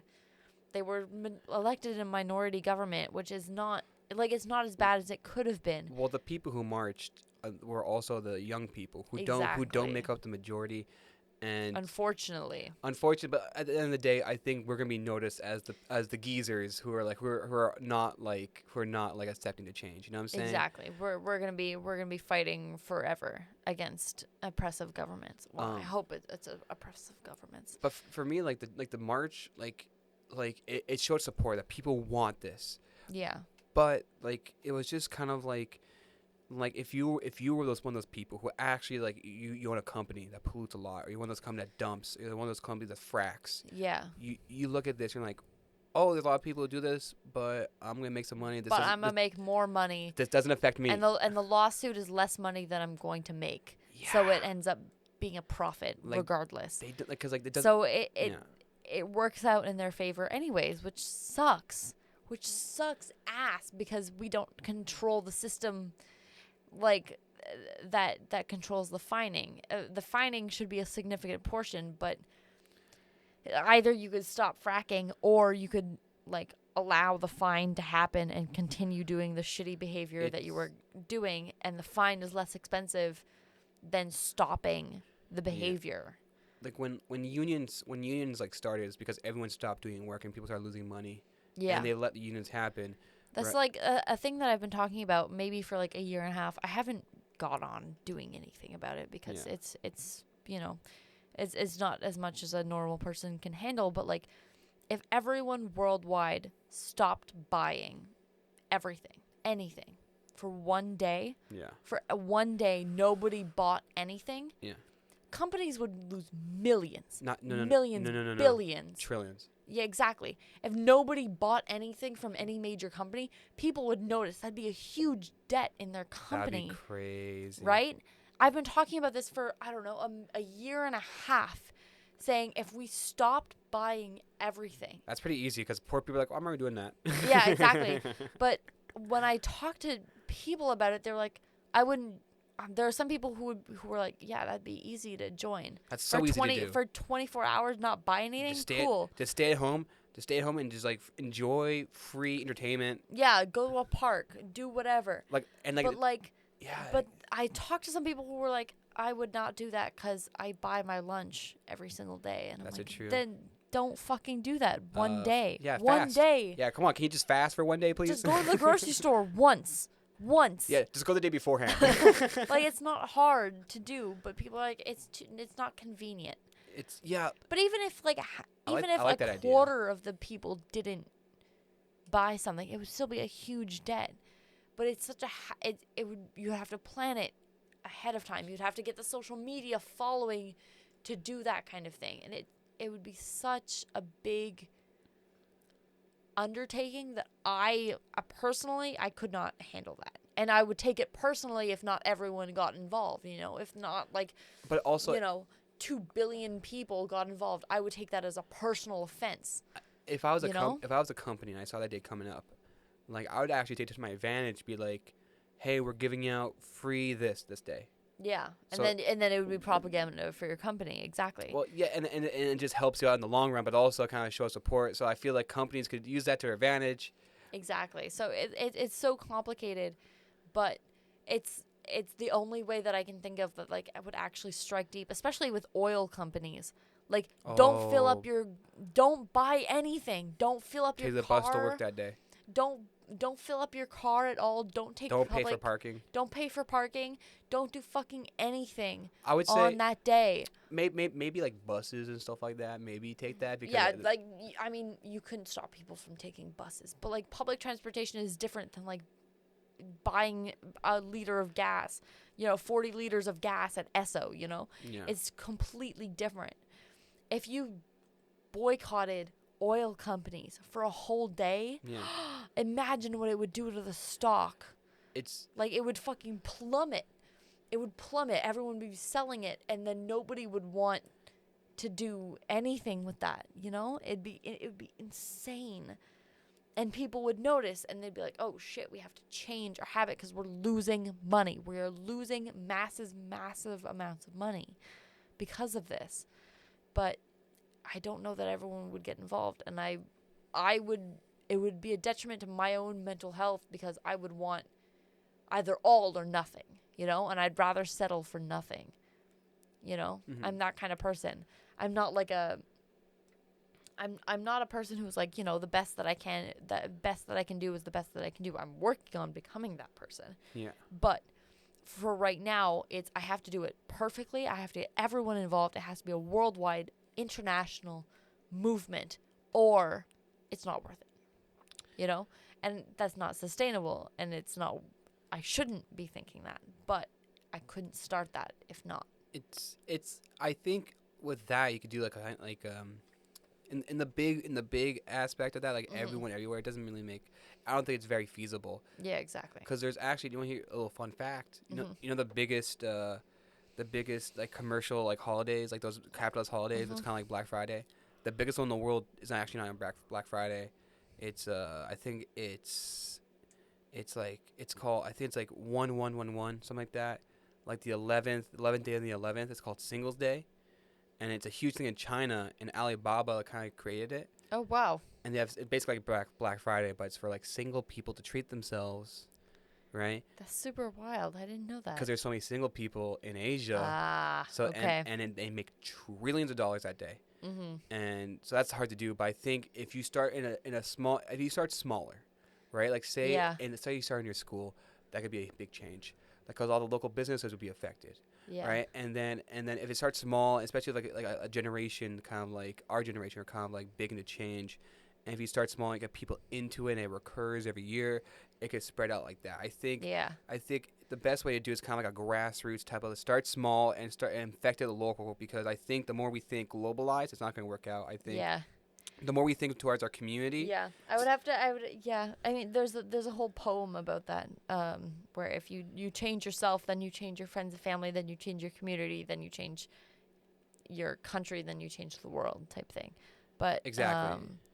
So, I guess, but I'd have to want to make sure that like I could get my friends and family involved. And I don't know that I'm friends with the right people who want to affect that kind of change. A lot of the people that I know are very concerned with social image, and that's not like super popular right now. Well, then you don't have to be that person who starts that fire, but you can be the kindling. Yeah. Right. Maybe you're not the person to start like the spark, but you're the person who like, oh, I agree with that. I had the same idea, so I'm gonna do it too. And then people are like, oh, she's doing it too, so I'm gonna do it too. Yeah. Even if it's not exactly your friend, but if you're just a number in this big pool of it, and you just add to that number of how many people are doing it, it's going to help out in the long run. Right. Because even if it's not your idea, I think it's going to help out, even if it's not you. You know? Exactly. It's complicated to think about, because I've had this idea. I've like talked about it for the past year and a half. It's a good idea. I like the idea. Yeah, like boycotting big businesses, especially when money is the currency of the world. The way that everything goes around, if you stop that, if you halt it in its tracks, people have to take notice and they have to start changing. So, but it's hard. it's hard to convince that many people to affect that kind of change. Unfortunately, there's some people who absolutely can't do that. Yeah. You know, like, unfortunately, because there's a lot of problems around the world, a lot of problems that that don't affect us. There's some people who are not even thinking about this because they're thinking about how I'm going to feed my kids today. Yeah. They don't even care about global warming because they're they're worrying about keeping themselves warm. You know? Even me, like I'm not thinking, how am I gonna buy vegan? How am I gonna buy local? I'm gonna think, how am I gonna buy groceries this month, right? Like I have to pay rent. I have to do this. I'm not rich, Like even though I have a full-time job, I don't have, infinite means. I don't have enough energy to think about, fuck, I have to buy local. I have to buy, sustainably. I don't have the means to work within that system. And do you know how that's so that's kind of like my friend to kind of like put it this way, that guy Phil. He told me about it this way. It kind of like got me to like understand the huge problem with it is that like with capitalism, that when someone's super stressed out, because they're working 70 hours a week, they don't have time. They're stressed out. It means they're actually like they're not as smart as they can be. They don't have that free time. They don't have time to be introspective. They don't have time to think ideas out. They just act. They don't care. So they're not thinking the best. They're not doing the best, and that's how they get people to buy impulsively, irresponsibly, and that just feeds right back into capitalism, and it's a huge thing. So if you want capitalism to start, it has I think the huge problem is not. I think it's capitalism itself. Exactly. You have to stop capitalism to stop. Not capitalism. There's some aspects of it, right? I think especially I think how much people work. Like for example, the French people, they're not super like us where we have to work. They're much more relaxed about that kind of thing. Like they show they don't care about time. It's gonna happen when it's happened. Who cares?